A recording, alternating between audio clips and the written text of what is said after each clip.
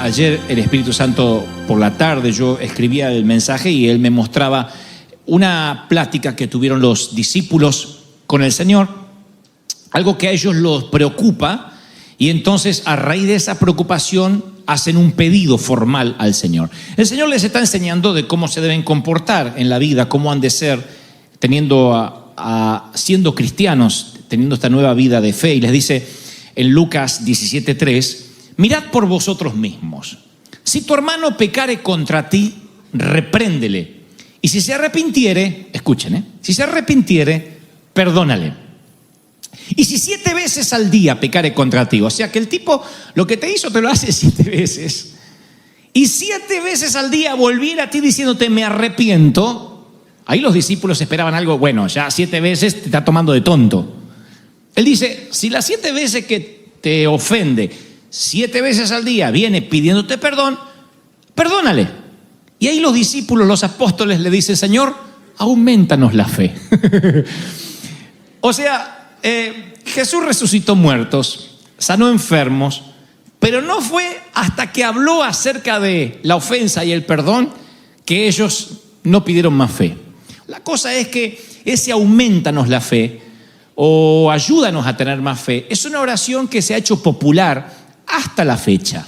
Nos tomamos de este episodio bíblico y pensamos que porque simplemente esta oración o este pedido formal de los discípulos o apóstoles está en la Biblia, eso lo califica para que sea una oración que todo el mundo pueda hacer.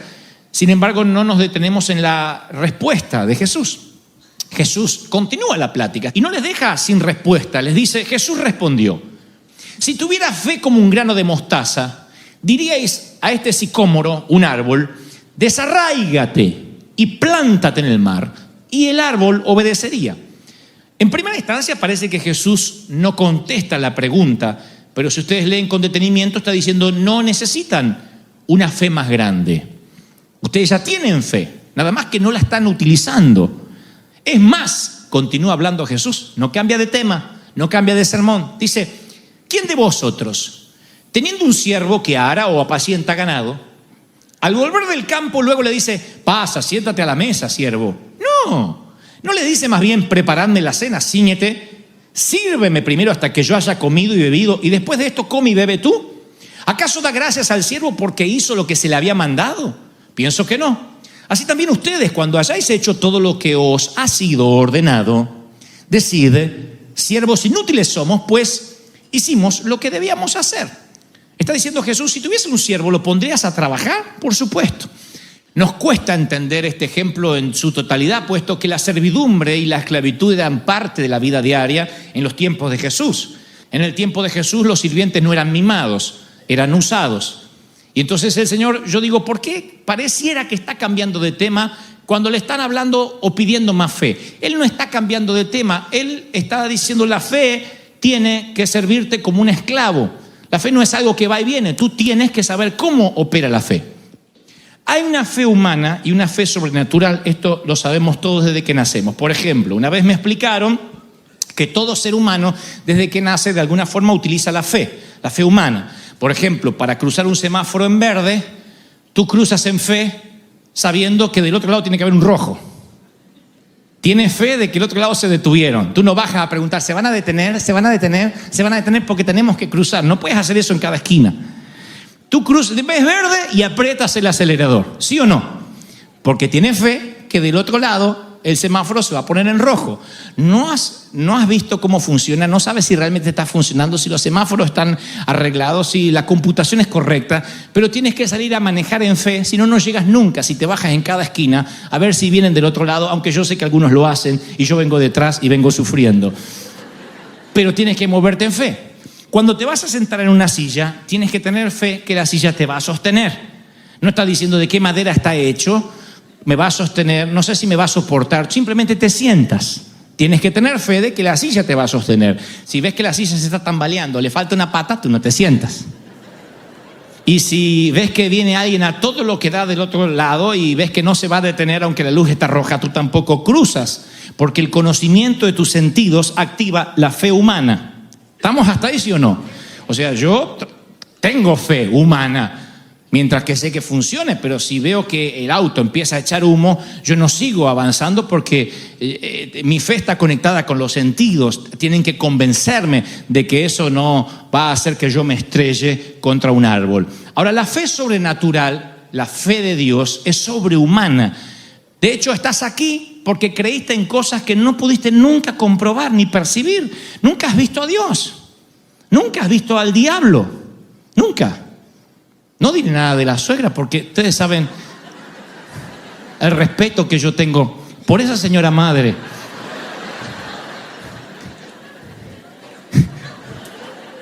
Por la fe sobrenatural hemos entendido que Cristo vino a la cruz, murió por nuestros pecados aún antes de que naciéramos, y por la fe sabemos que resucitó, y en fe sabemos de que regresa por su pueblo pronto. Todo es fe.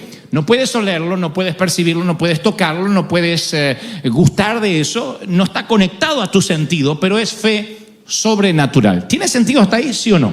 Ahora, ¿cómo nosotros podemos hacer las obras que Dios hizo, que Jesús hizo? ¿Cómo podemos echar fuera demonios, sanar enfermos, declararnos sanos? O algo tan difícil como poner la mejilla 7 veces y 7 veces al día te ofenden. No es con tu fe. Es con la fe sobrenatural. Con tu fe no perdonas a un tipo 2 veces seguidas en un mismo día. Por eso los discípulos dijeron, danos más fe, porque con la mía, a la segunda lo estoy ahorcando. Dice la Biblia en Romanos 12:3, Pablo le escribe a Roma y dice Pablo, por la gracia que me es dada, a cada cual que está en ustedes, que no tenga más alto concepto de sí mismo del que deba tener, sino que piense de sí con cordura, conforme a la medida de fe que Dios repartió a cada uno. De allí que decimos, entonces sí, hay una medida a cada uno. No está diciendo que es una medida, es la medida de fe. Cuando yo leía esto y era niño, yo pensaba que Dios repartía diferentes medidas, que a alguno le había dado un cucharón y a mí me había dado un gotero de fe. Y entonces Dios decía, cucharón, gotero, cucharita de café. E iba repartiendo así. Pero si Dios no hace acepción de personas en términos de lo que nos regaló en la cruz, Él muere en la cruz del Calvario, completa la obra redentora y dice, hecho está, y todo está hecho. ¿Por qué a alguno le daría una fe chiquita, una fe grande, una fe mediana? ¿No es cruel?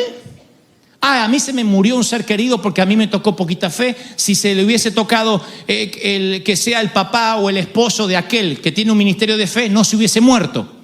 Es cruel. Si Dios reparte una medida de fe a cada uno, es cruel. Él no dice que es una, es la medida de fe. ¿Cuál es esa medida de fe? La suficiente. ¿Crees? Y el milagro está hecho. ¿No crees? Y el milagro no ocurre. No hay poquito. No hay alguien que dice, yo era paralítico, como tengo poquita fe, quedé rengo. ¿Tiene sentido lo que estoy diciendo? ¿Sí? Un ciego con una medida de fe por la mitad del otro, ¿qué quedó? ¿Tuerto? ¿Te sanó el Señor? Sí, lástima que me dio 50% de fe. Imagínense. La fe es un fruto, lo dice la Biblia. Y tú te preguntas, ¿y qué del centurión en Mateo 8? Para los que no conocen la historia, llega un centurión a Jesús y le dice, ni vengas a mi casa, solo di la palabra y el milagro va a ocurrir. Y Jesús dice, se maravilló y dijo, ni aún en Israel he hallado tanta fe. De allí que alguno dice, viste, hay tanta fe, hay menos fe, hasta Jesús lo dijo. Pero hay un par de cosas involucradas aquí.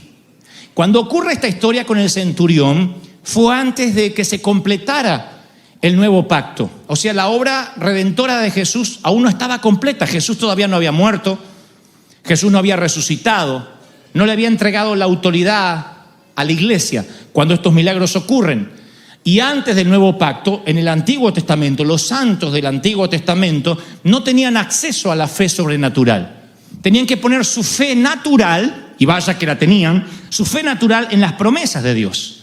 Pero nosotros, luego que Cristo muere, después de este incidente o de este milagro con el centurión, luego que Cristo muere y resucita, Él nos llena con el Espíritu Santo y dice, más el fruto del Espíritu. ¿Qué es un fruto? Algo que si está en la planta, crece de manera natural. Y va a salir cuando tenga que salir. Y el fruto del Espíritu es amor, gozo, paciencia, benignidad, bondad y fe. ¿Me están siguiendo, sí o no? ¿Se dan cuenta que es una tontería decir aumentanos la fe? ¿O es un fruto o es algo que Dios tiene que aumentar? ¿O es un fruto sobrenatural que está dentro o es algo que Dios tiene que aumentar? En el Antiguo Testamento los santos no tenían esa fe sobrenatural, pero cuando naces de nuevo, cuando Cristo dice consumado es y la obra es completa, tienes la fe del Hijo de Dios dentro, la fe para operar milagros, para levantar muertos, para sanarte. Es la medida de fe. ¿Cuántos lo reciben? Dígame amén. ¿Y cómo opera esa fe? Ese es el gran tema. No tienes un problema de fe. Sigues enfermo o no has prosperado o todavía tienes problemas en casa. No es porque tengas un problema de fe, tienes un problema de conocimiento. No sabes lo que tienes y no lo has podido usar. De lo que Dios nos vino hablando en Ya lo tienes. ¿Se acuerdan cuando les conté de la planta eléctrica? Que si no enciendes el interruptor te quedas a oscura y nada tiene que ver con la planta generadora. Esto es algo similar. ¿Cómo opera la fe? Con una ley. Pedro tenía esa fe sobrenatural de Dios. Sanó a un cojo en la entrada del templo. Resucita a Dorcas de la muerte. Sanaba enfermos con su sombra. Y escuchen cómo comienza su segunda carta. Dice, Simón Pedro, apóstol de Jesucristo, a los que habéis alcanzado por la justicia de nuestro Dios una fe igual de preciosa que la nuestra. Está escribiendo una carta y dice, ustedes tienen la misma fe preciosa, la misma ley, la misma fe sobrenatural que opera en mí, que mi sombra sana enfermos, que resucité una mujer, que sané a alguien en la puerta del templo. Esa misma fe preciosa está operando en ti. ¿Cuándo la obtuviste esa fe? Cuando naciste de nuevo. Cuando vuelvo a la cruz, Jesús dice, consumado es. Y la obra fue completa. En ese momento te dio la medida de fe que necesitas para cualquier milagro. Lo uses o no lo uses, es un tema si conoces lo que tienes o no conoces lo que tienes, pero tienes la medida de fe para resucitar muerto, la misma que resucitó a Jesús de la tumba. ¿Lo creen, sí o no? Ahora, dice Romanos 3:27, ¿dónde pues está la jactancia? Queda excluida. ¿Es por cuál ley? ¿Por las obras? No, por la ley de la fe. La ley de la fe es algo que opera equitativamente para todos los que tienen a Cristo en el corazón, si no sería un fenómeno. Algo no puede ser clasificado como ley, si no aplica de la misma manera para todos y en donde quiera. Entonces sí es una ley. La mayoría no cree que la fe sea gobernada por una ley. Creen que, bueno, a mí me faltó fe cuando pedí, no hice la oración correcta. Es una ley. Dios se puso a sí mismo restricciones, a sí mismo, y Él no puede faltar a la palabra que Él dio. Ustedes dicen, pero Dios puede hacer lo que quiere. Sí, pero Él no falla a su propia ley. De allí es que nos preguntamos, ¿por qué Dios no mata al diablo de una vez? ¿Nunca se lo preguntaron? ¿Por qué Dios no lo mata? ¿Por qué no lo aplasta si Dios es poderoso? Porque Dios no puede ir en contra de lo que Él mismo dijo, de su propia ley. No puede ir en contra de la ley. Aunque es Dios, Él no es un déspota. Él te dio libre albedrío y te dejó decidir. ¿Tú crees que a Dios no le dan ganas de agarrarte del cuello a veces? Agarrarte así y meterte en la iglesia. ¿Creen que no lo puede hacer? ¿O que le falta valor? Ay, no lo voy a agarrar del cuello. Dios te puede aplastar. Pero no lo hace porque hay una ley, la ley del libre albedrío. La fe opera por una ley. Si alguien se tira por un edificio, desde lo alto de un edificio, se va a matar porque está operando la ley de la gravedad. ¿Es así o no es así? Y la Biblia dice que la fe también es una ley. Entonces tenemos que aprender cómo opera esa ley. De qué manera hacer que esa ley esté a favor nuestro. Porque si no entendemos la ley, como la gravedad nos puede matar. Hay gente que se muere sin que Dios haya querido que se muera, que es pobre sin que Dios haya querido que sea pobre nunca. Dice, yo hice toda la obra en la cruz, todos los regalos te lo di, que lo entiendas o no lo entiendas tu problema, pero tenías la medida de fe que tenía todo el mundo, solo tenías que echar mano, solo tenías que creerlo, y si lo crees empieza a ser efectivo en tu vida. ¿Me están siguiendo, sí o no? Pero yo creo que me presten mucha atención, porque esto va a cambiar nuestra forma de ver la vida. Tienes la medida de fe de Reinhard Bonnke, de Pedro, de Billy Graham, del ministerio de milagros que más admires. Tienes la medida de fe, la medida de fe que Dios repartió a cada uno. ¿Cuál? La suficiente, la sobrenatural, la que no necesitas ver, la que no necesitas tocar, palpar para creer que es verdad, es la que se cree en fe. Si lo crees, entonces ya no me hables a mí, háblale a la montaña acerca de mí. ¿Recuerdan eso, sí o no? No digas, Dios, mueve la montaña. Si tuvieras fe, le dirías a la montaña, muévete, porque tienes la medida de fe necesaria para hacerlo. Si no lo estás haciendo, si no estás hablando, no estás utilizando el poder que Dios te dio en la cruz. Y habrá sido en vano que Él haya subido a la cruz y tú no usas los beneficios. Tienen la fe. No anden detrás de ningún predicador de super fe. No anden de ninguno que diga, uy, me tiembla esta mano, la tengo acá porque me bajó por esta mano. No le crean, eso es parte de los carismáticos que algunos somos e inventamos algunas tonterías. Pero esas cosas no hacen que alguien tenga más fe y tú estás esperando abajo porque recibiste un gotero de fe. No, Cristo murió equitativamente por todos y recibimos la misma medida de fe y el poder para hacer milagros está en ti. Está en ti. ¿Cuánto lo creen? Alguien tiene que decirme amén. Hace 4.000 años atrás, las leyes de la electricidad ya existían. Sin embargo, hombres santos como Gedeón, como Moisés, no pudieron disfrutar la electricidad. ¿Por qué? ¿Le faltaba fe? No, las leyes de la electricidad estaban allí. Antes que el hombre la descubriera, ya Dios las había puesto en la tierra hace miles de años. Pero los hombres santos eran ignorantes a esta ley. Y no estoy usando la palabra ignorante de manera despectiva. Leonardo da Vinci era un genio, era alguien brillante, pero nunca pudo disfrutar la electricidad porque era ignorante a la ley de la electricidad. Nadie la había descubierto, incluyéndolo a él. Entonces hay personas que pasan necesidades, desconocen el poder de Dios, están ignorantes a lo que Dios les regaló. Son personas santas. Son personas piadosas, pero ignoran las leyes de Dios, ignoran la ley de la fe. Y como la ignoran, viven enfermos toda su vida porque ignoran la ley de la fe. Oigan, nosotros tenemos 4 hijos. Con los 3 primeros, cada vez que le agarraba el bendito virus, ese que empieza con vómitos, es una semana donde todos los vomitas, están los nenes. Entonces cuando ahora Megan le agarra el mismo virus, ya no le duró 5 días, le duró 1 hora, porque dije, ahora en el nombre de Jesús, Megan, ordeno que se te vaya el virus y todo lo que tenga, y se le fue. Y yo dije, ¿por qué no lo supe antes? Que me arruinaron semanas enteras los desgraciados más grandes. ¿Por qué no lo supe? Porque era un ignorante a la ley de la fe. Era un ignorante.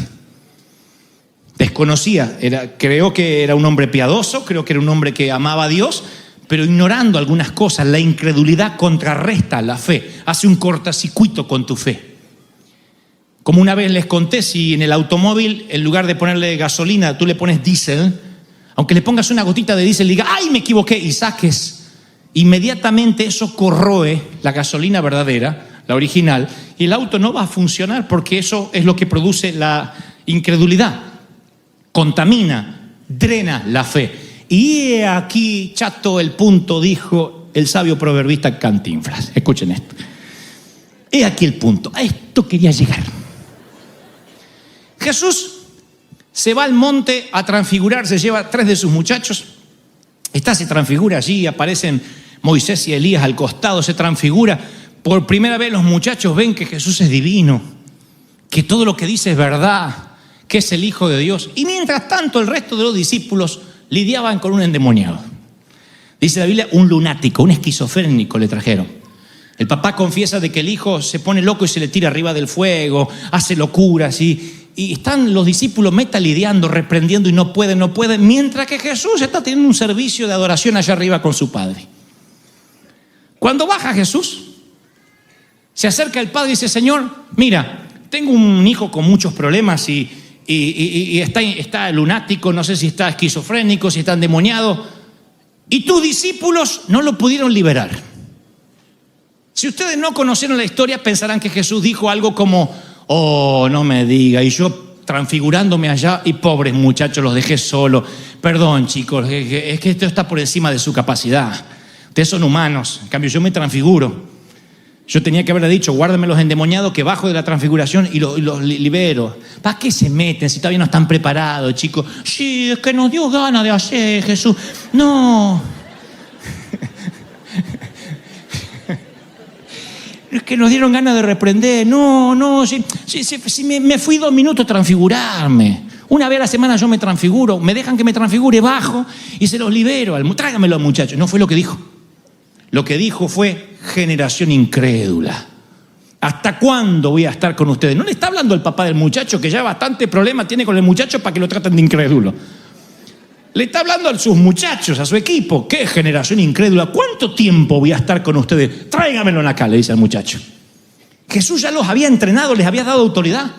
Dice, y llamando a sus discípulos les dio autoridad sobre todos los espíritus inmundos para que los echen fuera y para sanar toda enfermedad y toda dolencia. Pero tenemos un cristianismo incrédulo, que cada vez que a cada oración no contestada lo ponemos bajo el folder: es que Dios es soberano. ¿Oraste por la enfermedad? Sí, dije: Señor, si es tu voluntad, si quieres, si justo no te agarro transfigurándote. Miramos al enfermo, el enfermo sigue así, como cuando lo trajeron. Ay, Dios es soberano, vaya, Dios es soberano. Y Dios dice: yo morí en la cruz del Calvario, desgraciado, para que me diga que soy soberano. Te di autoridad. El mismo enojo que tuvo Jesús aquí es el mismo enojo que tiene ahora. Y dice: yo te di autoridad a morir en la cruz del Calvario. ¿Somos una iglesia viva o habremos estado en una religión muerta por el resto de la vida? Autoridad divina. ¿Cuántos lo reciben? Dígame amén. Eso está sobre ti. Pruébenlo. Y van a ver que cuando descubran la autoridad van a decir: yo no sabía que podía hacer eso. No hay nada más maravilloso que descubrir que uno podía hacer algo que pensaba que no podía hacer porque desconocía que tenía esa autoridad. ¡Wow! No sabía que podía hacer esto. Eso es lo que uno le sucede cuando de pronto descubre que la ley de la fe opera en nosotros. Entonces los discípulos le preguntan: Señor, así medio, porque el Señor enseguida lo resuelve al muchacho, al endemoniado, al lunático, ¿no? Y dice: Señor, ¿por qué nosotros no pudimos reprenderlo? Y pensaba que Jesús le diría: porque no fueron los elegidos para ir conmigo a la transfiguración. Pero Jesús le dice: por vuestra incredulidad. Y este género no está hablando del endemoniado ni del demonio, porque si no se estaría contradiciendo a todo lo que él le dijo cuando les dijo: les doy autoridad sobre todo espíritu. Le hubiese dicho: no es sobre todo espíritu, hay algunos que son más complicados. Y los que son más complicaditos, váyanse a ayunar y orar, no sea que los agarre el demonio y los deje peores. Él dijo: sobre todo espíritu. Entonces, ¿de qué está hablando? Del género de la incredulidad. Este género de la incredulidad no sale sino con oración y ayuno. Muchachos, no pidan más fe, desconectan la incredulidad. No pida más fe, lleva la incredulidad a cero, que fe ya tienes la suficiente desde la cruz del Calvario, es la misma fe y no la has usado. No la has usado.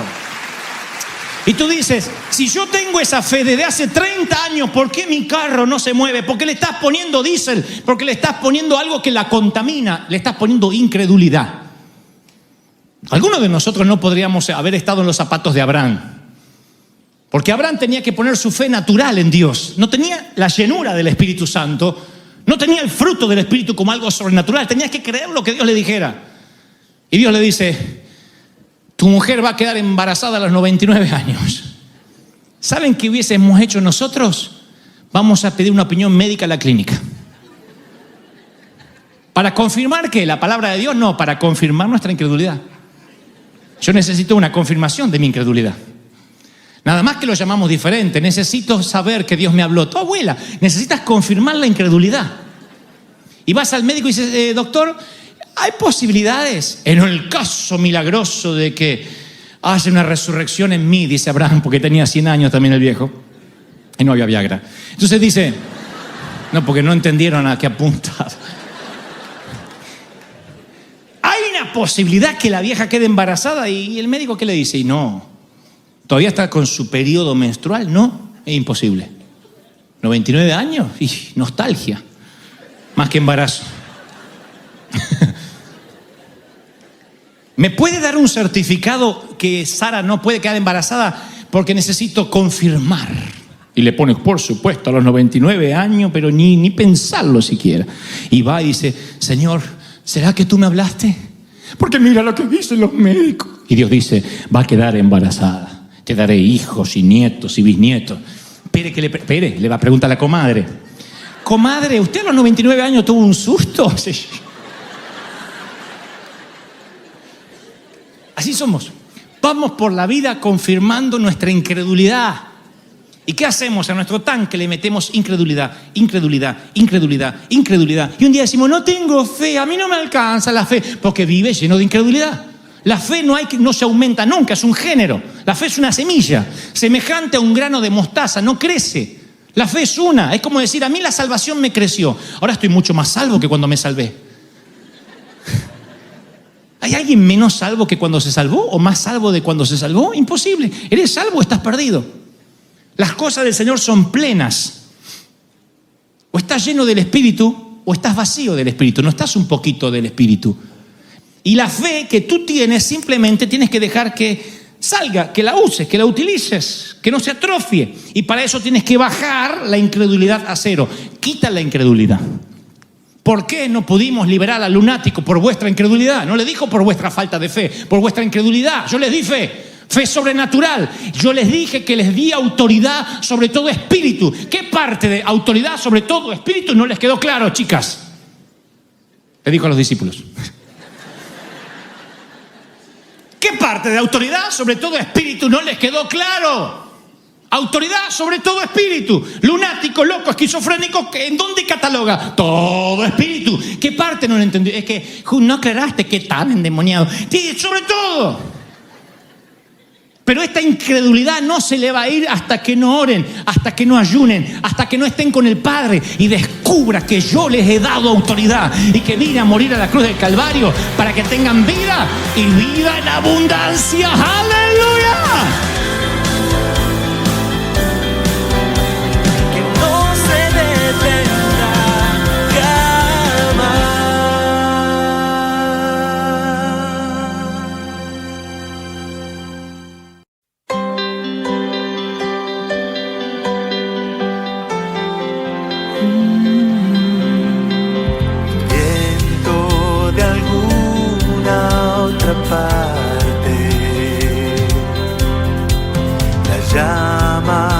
Se apagará.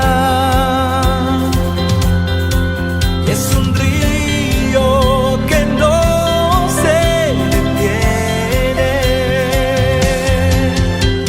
El arca por fin está en casa.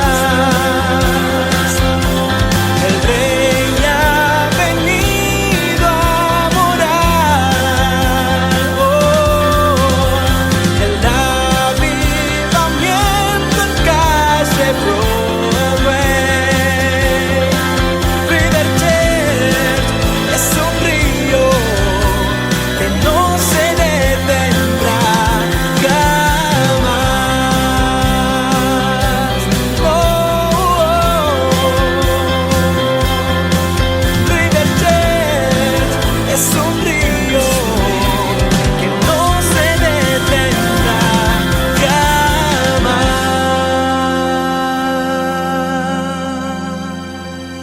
Preguntas a Dios cuando sabes que formas parte de algo muy importante, pero aparecerás y desaparecerás cuando Dios lo decida.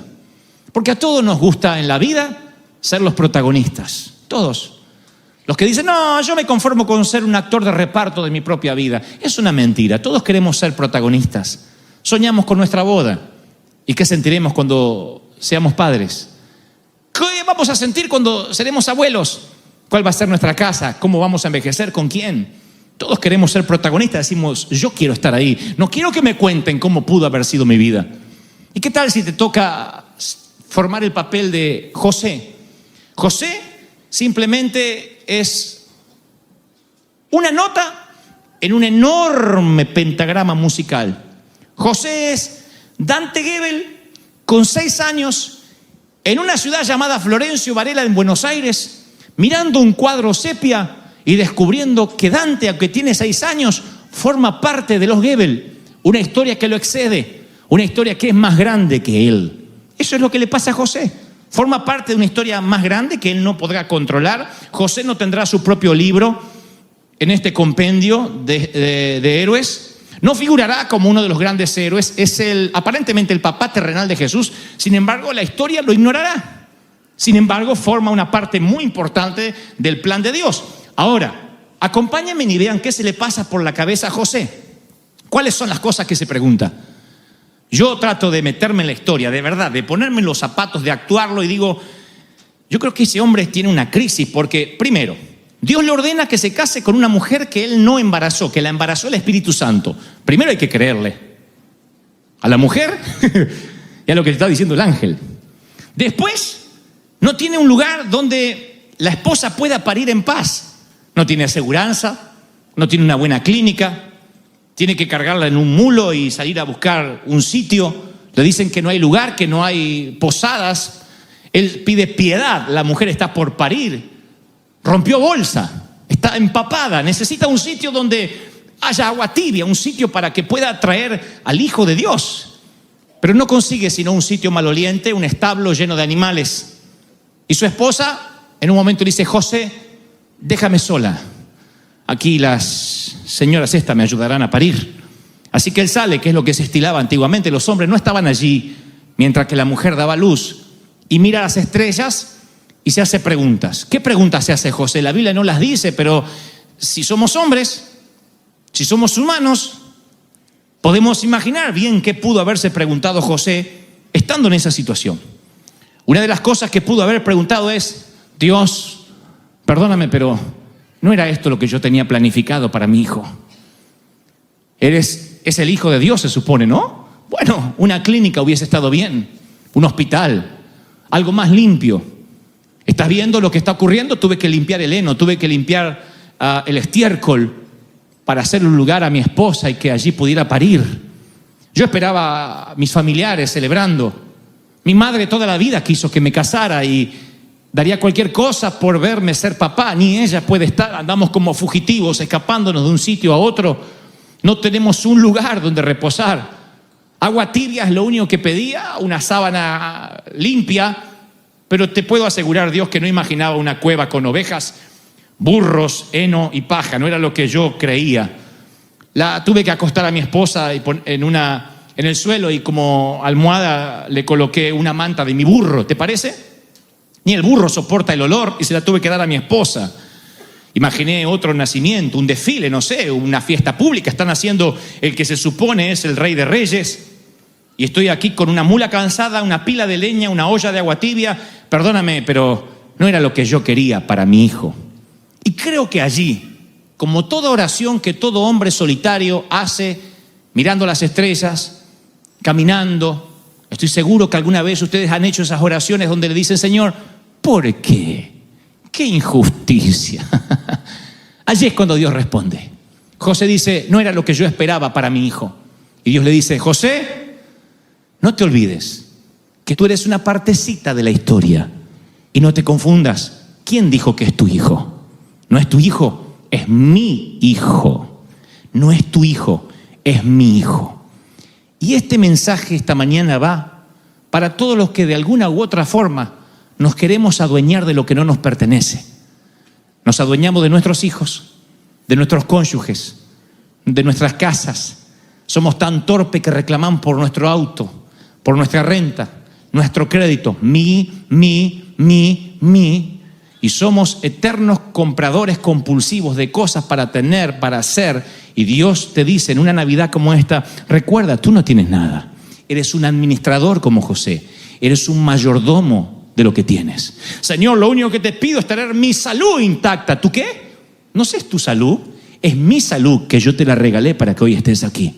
Lo único que te pido, que no falte pan en mi mesa. No es tu mesa, es mi mesa. Y te dejo comer todos los días, dice Dios.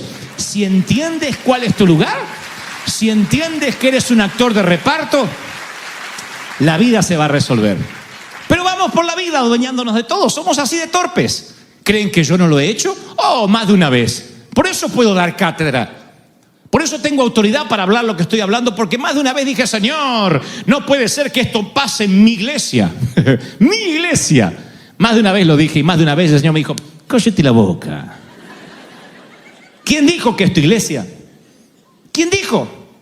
El que te haya puesto de pastor no significa que sea tuya. Señor, mis ovejas. ¿Quién dijo que son tus ovejas? Son las mías y te las dejo pastorear. Cuídamelas, porque me darás cuenta por cada una de ellas. Por cada mensaje que no digas, por cada mensaje que sí digas. Pero no es tu iglesia, no es tu familia, no es tu ministerio, no es tu mensaje. Despréndete, José. Es mi gran plan. Y te dejo formar parte, aparecer un ratito en la película. ¿Entendemos esto y se nos resuelve la vida, señores?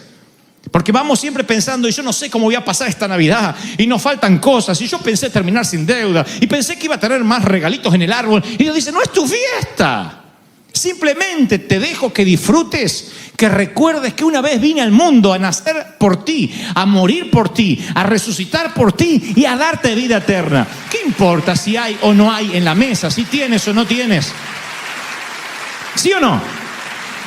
Pero vivimos reclamando cosas y pensando que son las nuestras. Y Dios dice, no son las tuyas, no es tu vida. Simplemente eres un actor de reparto. Yo he aprendido con dolor, que cuando algo te sale mal, cuando algo se te sale de las manos y del control y dices, ay, me siento mal porque fracasé, no me gusta fracasar, no me perdono fracasar, es porque cuando dices eso eres un orgulloso. Siempre eres un orgulloso. Cada vez que alguien dice, no me perdono los fracasos, ¿sabes por qué digo que eres un orgulloso? Porque si te adueñas de los fracasos, significa que también te adueñarías del éxito. Si te iría bien, sería tu éxito. Tú dices, no, si me va bien es el éxito de Dios. ¿Cómo puedes asegurarme que si te va bien es el éxito de Dios cuando si te va mal resulta que el fracaso es tuyo? Ni los fracasos son tuyos, ni los éxitos son tuyos. Si la iglesia crece, es la gloria del Señor, ¿sí o no? ¿Y qué pasa si el domingo que viene no viene nadie? ¿Será mi fracaso? Mire diciendo, es que no sirvo como pastor. ¿Qué tengo que ver con la historia? Soy José. Me dejan actuar en la película de Robert Zemeckis, apenas me dejan aparecer así y resulta que ahora reclamo un papel protagónico. Nada más nos toca ser padres, hijos, abuelos, pastores, ingenieros, carpinteros, handyman, jardineros, camareros, lo que te haya tocado hacer en la vida, en cuanto a oficio, en cuanto a profesión o en cuanto al lugar que ocupes en el árbol genealógico. Pero eso no significa que la vida tuya te pertenece. ¿Puedes manejar tu muerte? ¿Puedes decidir cuándo morir? No puedes. A menos que intente quitarte la vida, no puedes alargar la vida un día más, dice la Biblia. Por mucho que te afanes, tú no puedes decidir cómo vas a morir, cuándo ni dónde. Tú dices, claro que sí, me cierro en casa para que no me ocurra ningún accidente. Podrías resbalar en la bañera. Y tú dices, no, porque no me baño, podrías morir sucio. Como sea, no tienes el control. No tienes el control de nada. Tú no controlas nada, no controlas si puedes contraer una enfermedad. No controlas si de pronto vas a hacerte un análisis de rutina y dices, Señor, tengo que decirle que hay cáncer. Tú dices, oh no, pastor, no me digas eso. Lo que trato de decir no es asustarte, sino tú no puedes controlar nada. La Biblia dice que el reino de los cielos es semejante a hombres que el Señor le da talentos para administrar. Somos mayordomos. Nunca el Señor dijo, ustedes son dueños, son mayordomos. Formas parte de un gran plan. Tu vida forma parte de un gran plan. ¿Qué tal si Dios quería que nacieras solamente para un momento? Una vez lo prediqué, tan solo para ese momento, para que te encuentres con alguien y seas un canal de bendición. La Biblia está llena de esos ejemplos. Hombres que se encontraron una sola vez con alguien más y cambiaron la vida.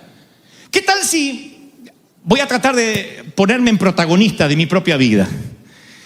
¿Qué tal si Dios dice, necesito en el año 2015 que un flaco loco esté al timón de una iglesia más loca que él y compren una arena por primera vez en la ciudad de Anaheim?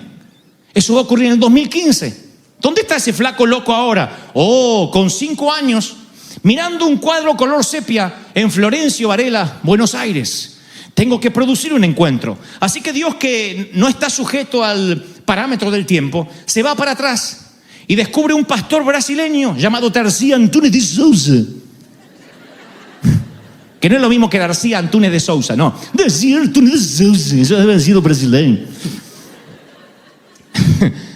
Entonces dice, tengo que hacer que este hombre se prepare toda una vida para tener un encuentro con los Goebbels en el año 1975. Así que lo prepara este hombre, lo entrena en su Brasil natal y el Espíritu Santo sopla sobre él y le dice, tengo que ir irme a Buenos Aires, no sé por qué. Carga toda su familia numerosa y se va a Buenos Aires. Mientras tanto, sin conocernos, no sabemos quién es Darcy Anthony de Souza, no conoce quiénes son los Goebel. Los Goebel están pasando la Navidad con la abuela Keller que se está embalsamando de alcohol, así que no nos conocemos.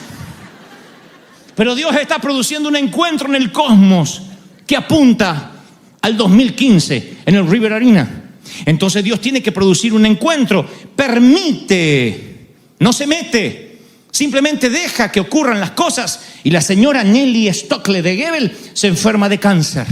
El hijo conoce al Señor porque justamente compra una casa, una casilla pequeña, chiquitita, que queda a la vuelta de la iglesia que viene a poner Darcy Anthony de Souza, que no sabe dónde poner la iglesia y se mete, como es en Argentina, en el único terreno donde no lo van a echar, un terreno fiscal, un terreno del Estado. Así que construye la iglesia y pone Asamblea de Dios. Mi hermano un día dice, ¿qué será Asamblea de Dios? Y se mete y recibe a Cristo en el corazón. Recuerda que su madre tiene cáncer, así que cruza unos cuantos kilómetros hasta la otra punta de la ciudad. Se carga en una moto a la familia y se la lleva a la iglesia. Y la mujer enferma de cáncer, Nelly Stockley de Goebel, recibe a Cristo en el corazón, es sanada. Su esposo deja el alcohol. Ese hombre está tan tocado por Dios que Federico Goebel vuelve a Florencio Varela y le habla a la señora Anna Keller. Le dice, abuela, vieja, madre, deje de tomar alcohol. No son por los huesos, usted es una borracha. Voy a orar por usted. Ora y la abuela recibe a Cristo. Las navidades cambian, ya no hay alcohol, hay mucha comida, pero ya no hay alcohol. Las navidades empiezan a cambiar. Y en el medio de ese seno familiar, mientras que me hago preguntas respecto de quiénes somos los Goebel, empiezo a crecer. Y empiezo a crecer y lo hago en una familia cristiana. Y Dios tiene un encuentro conmigo a los 19 años y me prepara. Todo por aquel encuentro con Darcy Anthony de Souza, que viene de Brasil, que llega a la Argentina, que hace que la abuela deje el alcohol y se produce en el cosmos un plan tan grande, precisamente para que esta mañana te predique esto. Me fascina.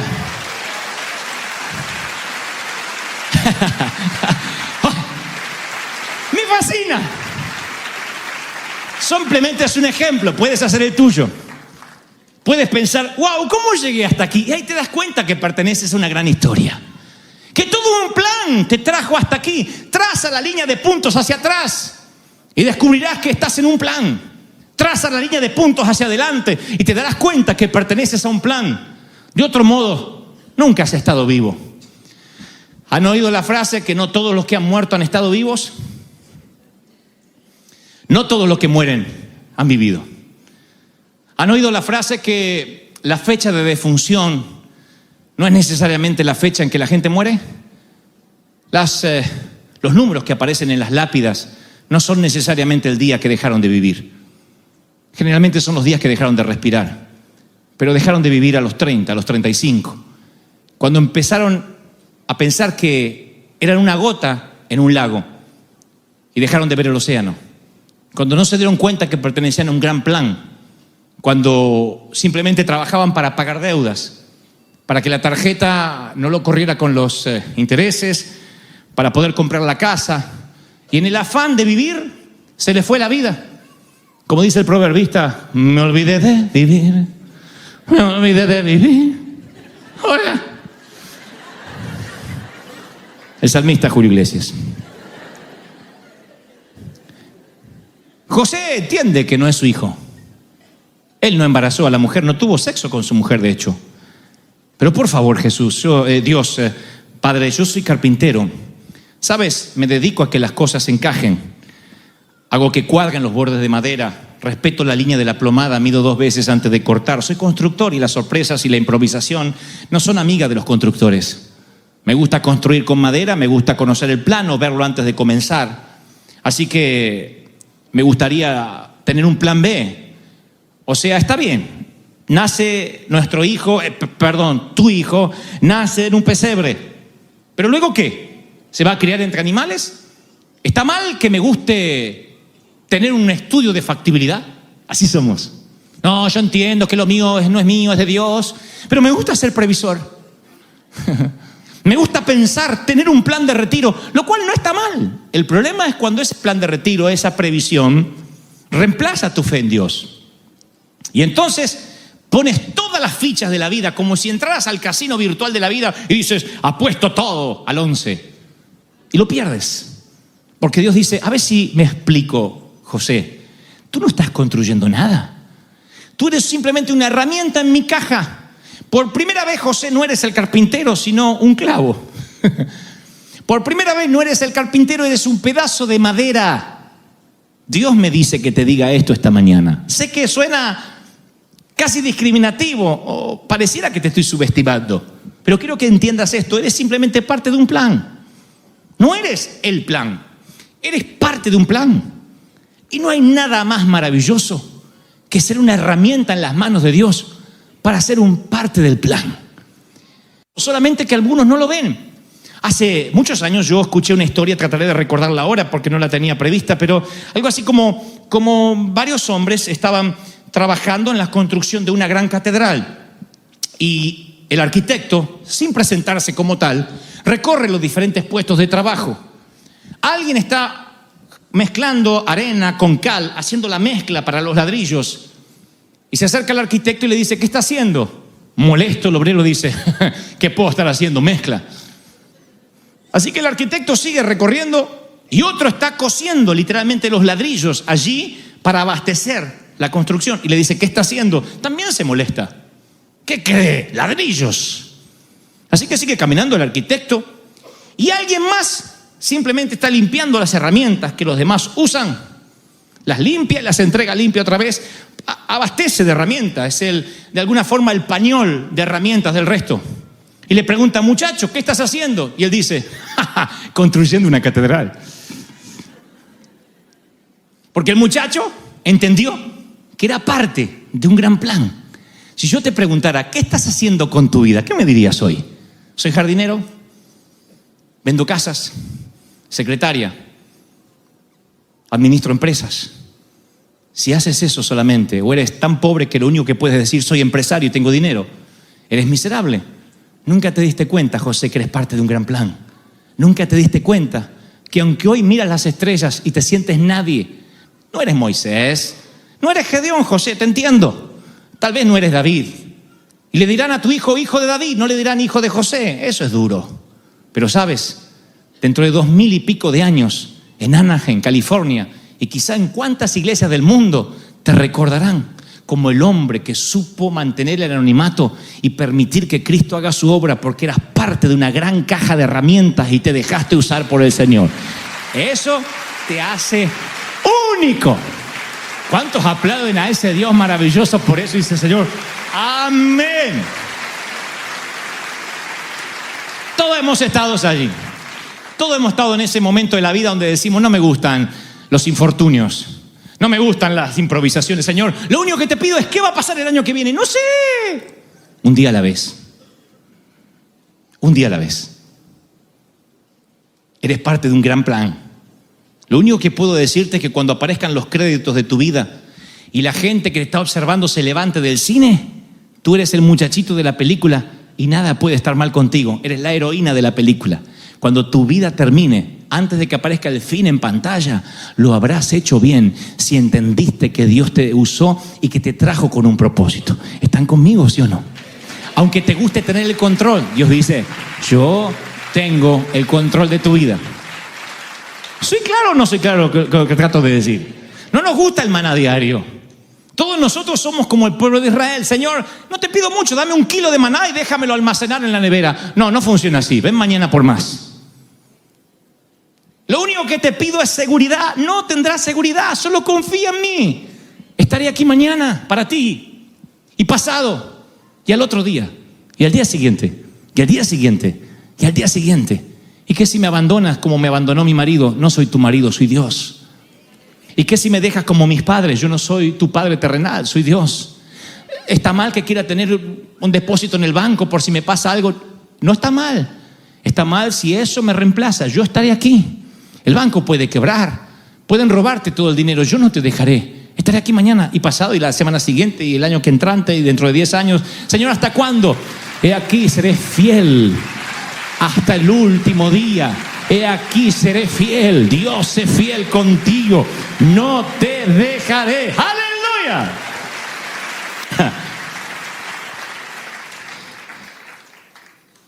Todos ustedes y yo estuvimos parados en el sitio donde estuvo José, mirando a las estrellas, preguntando interrogantes que ya sabes que no tienes respuesta, pero uno se las vuelve a preguntar, atrapado entre la lógica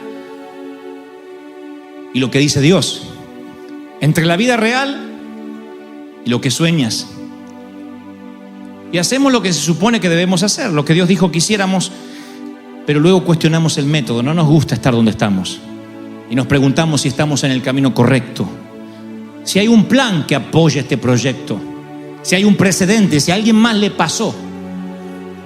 Porque hoy lo vemos en la Biblia y decimos, qué privilegio estar en el lugar de José. A nadie le pasó que a la mujer de uno le embarace el Espíritu Santo y tú tengas que estar allí poniendo la cara y buscándole un lugar a tu esposa, y que encima tu vida corra peligro porque el rey te quiere matar a ti, a tu esposa y a tu hijo.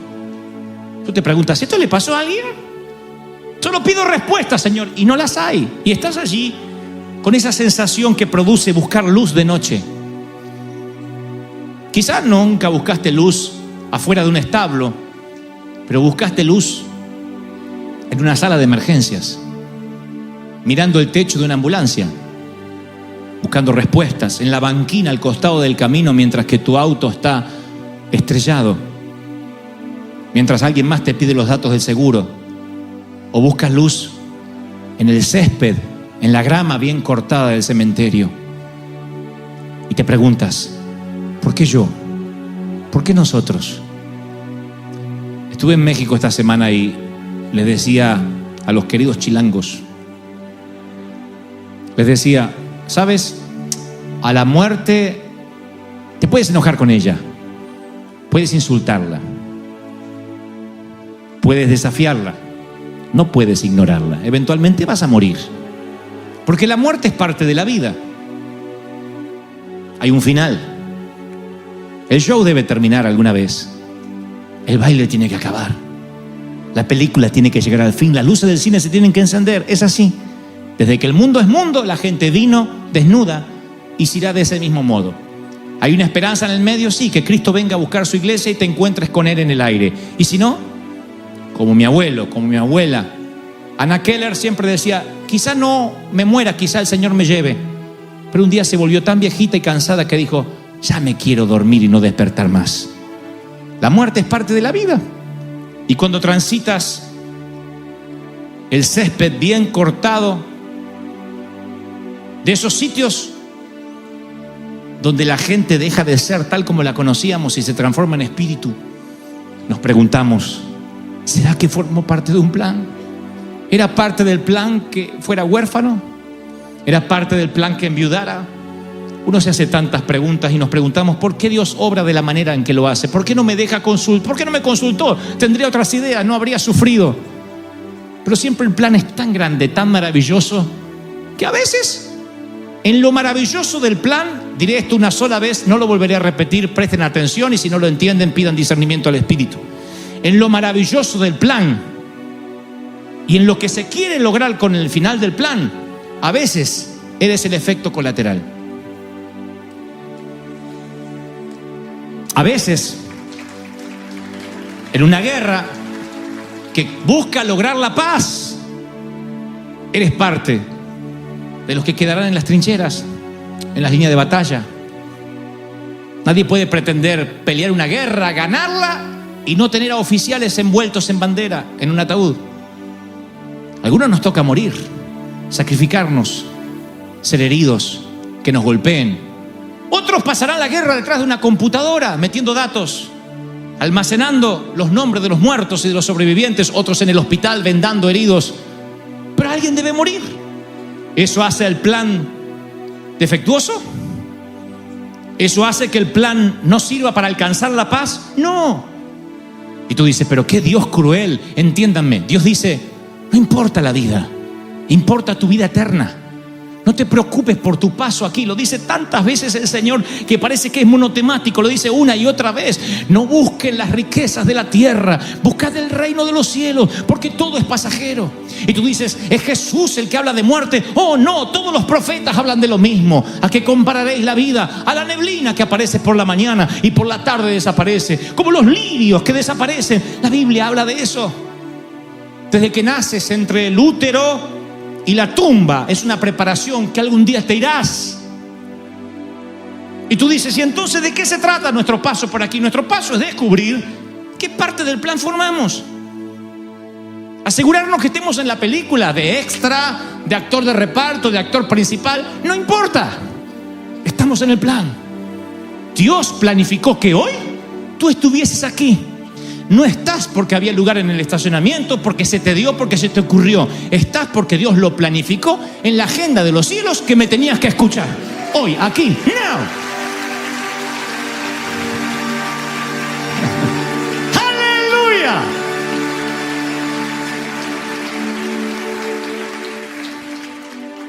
Damas y caballeros, aún así José pregunta.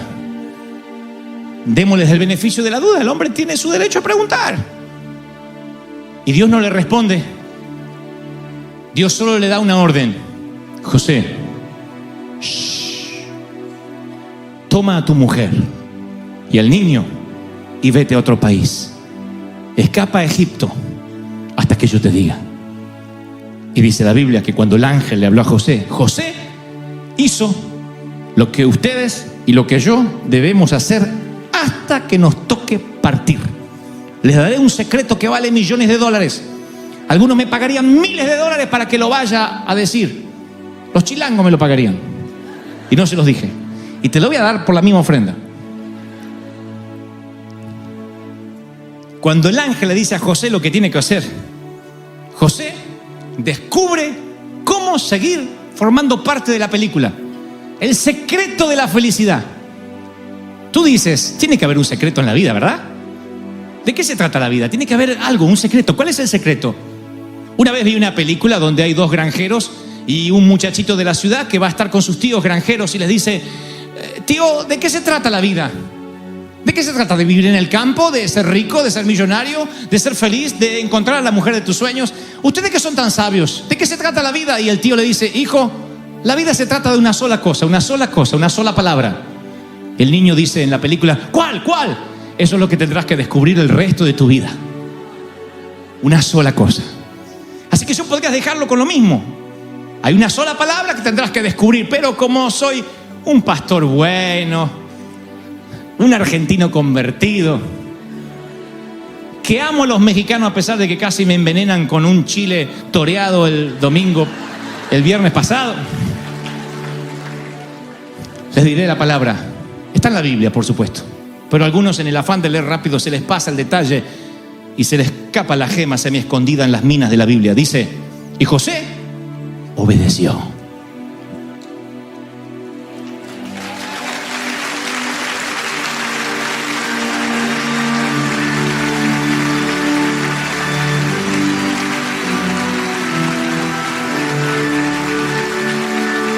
De eso se trata. Obedecer. La vida es eso. El Señor te dice, háblale a aquel de mí. Obedece. Muévete. Te mueves. Cállate. Te callas. Hablas. ¿Y qué gano yo con esto? No le cuestiones al director de la película qué papel desempeñas. ¿Has estado en el plató de una filmación? Yo he estado en algunas. Y no importa qué tan buen actor te consideres, estás en las manos del director. Y el director dice, aquí, Dante, de vuelta a la toma. Ya la hice, de vuelta. Necesito que pongas más expresión, ¿ok? Ahora de vuelta pero atrás. Con una sola cámara se hacen todas las películas. No hay 10 cámaras, no hay 4 cámaras, excepto las escenas de acción. Pero es una sola escena, de acá, de atrás, de adelante, 3, 4, 5 veces. Y no puedes decirle, quisiera estar después en la edición a ver si aparezco lindo. Tú no decides. Obedece. Obedece, quizás estés en la película. No te prometo los créditos finales, pero estarás en la película. Obedece. En esta Navidad, el Señor me dijo que les dé un regalo. No yo no puedo regalarles nada más que torpemente hacer mi mejor intento por transmitir lo que creo Dios me dijo que te diga. Pero ayer sábado, Él me dijo que a las 11 de la mañana, a las 12 del mediodía, te diera un regalo. No me dijo que ese regalo fuera a las 9 de la mañana. De hecho, prediqué otro sermón por la mañana que se llama El Misterio de los Magos. El Señor me dijo, cuando llegue la gente al mediodía, mis hijos, dales este regalo. Le dije, Señor, se supone que a ti te tengamos que regalar. Tú eres el homenajeado. Y Él dijo, pero yo quiero honrar a mis hijos. Dile que obedezcan, que todo va a estar bien. Que solo me escuchen, que todo va a estar bien. Como José, que obedeció. Así que José ahora no tiene respuestas, solamente tiene que obedecer. No ahora más, porque Dios no le responde, solamente le dio una orden. Pero soy hombre y creo imaginar lo que José piensa. No lo dice, pero lo piensa y dice algo como: ay, lo único que te pido es que no me dejes. Y en ese momento llora el nene y recuerda que se llama Emmanuel, Dios con nosotros. ¿Qué puede estar mal si lleva a Dios en los brazos? He aquí os ha nacido un Salvador. ¿Qué puede estar mal si Cristo, si Dios, si Emmanuel está con nosotros? Vamos a celebrar al Rey de Reyes, al Señor de Señores. ¡Yeah! Ese aplauso tiene que ser al Rey que ha nacido en tu casa, en tu corazón, en tu vida. Dios con nosotros.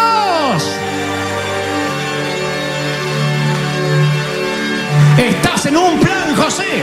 Estás en un plan. Todo va a estar bien. Es un río que no se detendrá jamás.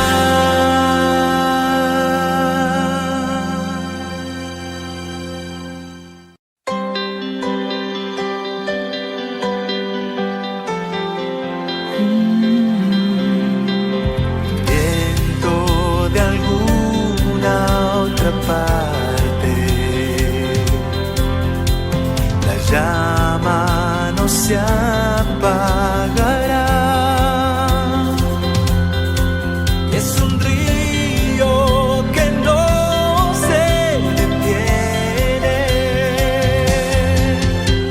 El arca por fin está en casa. El Rey ha venido a morar. El avivamiento en calle Broadway. River Church es un río que no se detendrá jamás.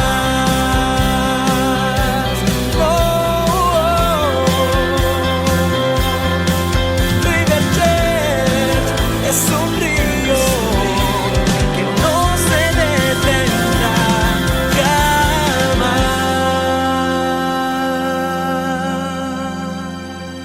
Para esta altura del año, creo que la mayoría estamos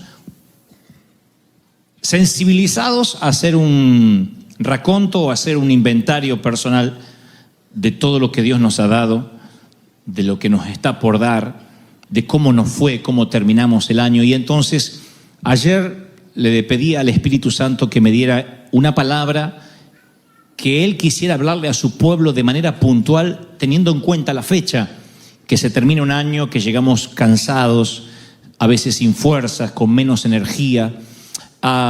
Y creo que todo tiene que ver con cosas que tenemos en la mente, con prejuicios que a veces no nos permiten disfrutar el terminar una vuelta. Si tomamos el cierre de año como el ciclo final, como que se nos termina todo, nos vamos a deprimir porque habrá materias que no terminaste de cursar, cuentas pendientes en tu vida en términos familiares, habrá metas espirituales que no lograste concretar y entonces sientes la frustración que se te fue el año y no lograste muchas cosas. Entonces uno tiene que ver el año en perspectiva y entender que es una vuelta más, que no se terminó la carrera. La carrera la vamos a terminar o el día que bajemos al sepulcro y entremos a la eternidad, o que el Cristo venga a buscarnos a nosotros y nos encontremos con Él en el aire. Allí terminaremos la carrera. Mientras tanto, es una vuelta más. Uno tiene que verlo de esa forma para no sentir frustración, para no decir, es que no soy el hombre que soñé ser a esta altura de la vida, o no soy aquella dama o aquella mujer que soñaba cuando niña. Generalmente siempre nos falta cosas. Como digo y como he dicho en tantas ocasiones, nunca tendrás suficiente dinero, ni suficientes fuerzas, ni suficiente salud para hacer eso que ya deberías haber hecho. Y esas cosas que no hicimos, insisto, nos ponen en una situación de frustración, porque hay cosas que todavía no llegan, que las tenemos que seguir esperando, con esperanza, con fe.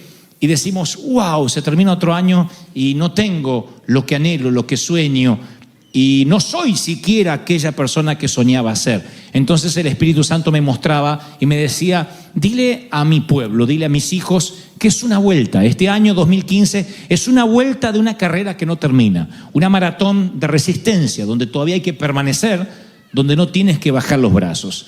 Recordaba, entre otras cosas, o el Señor me hacía recordar, que existe una fascinante teoría que dice que nuestra personalidad está formada por 4 cuadrantes o 4 perfiles distintos.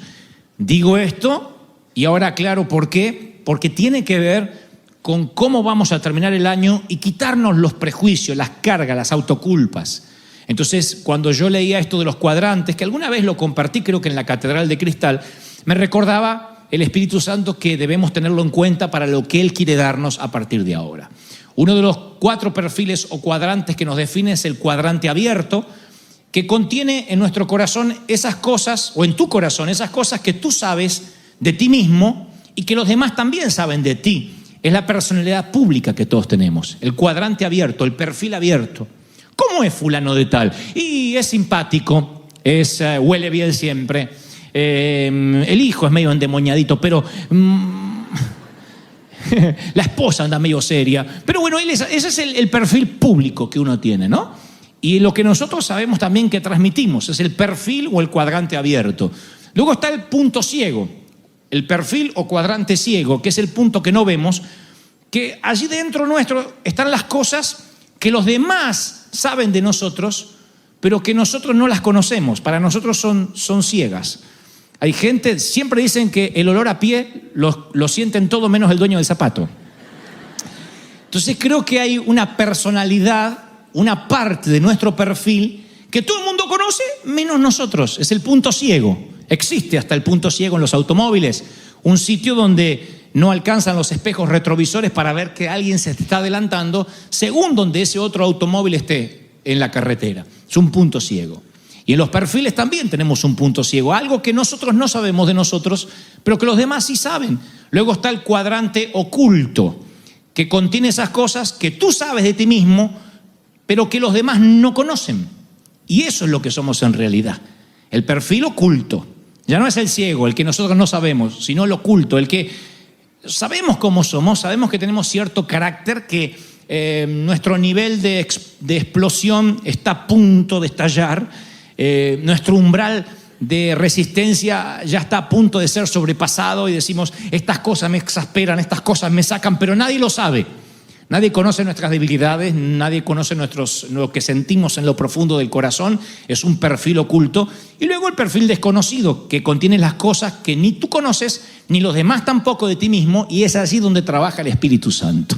Pero lo cierto es, para que no se hagan rollo con esto, es que muchos de nosotros llegamos a fin de año y nos detenemos o nos quedamos atascados en ese cuadrante oculto, en esas cosas que nosotros sabemos de nosotros mismos, pero que los demás no conocen, y eso es lo que nosotros escondemos que en realidad somos. Eso es lo que nosotros somos personalmente, y cuando nosotros no lo exponemos ante el Señor o no lo decimos, la iglesia puede llegar a convertirse en el sitio más teatral de la historia.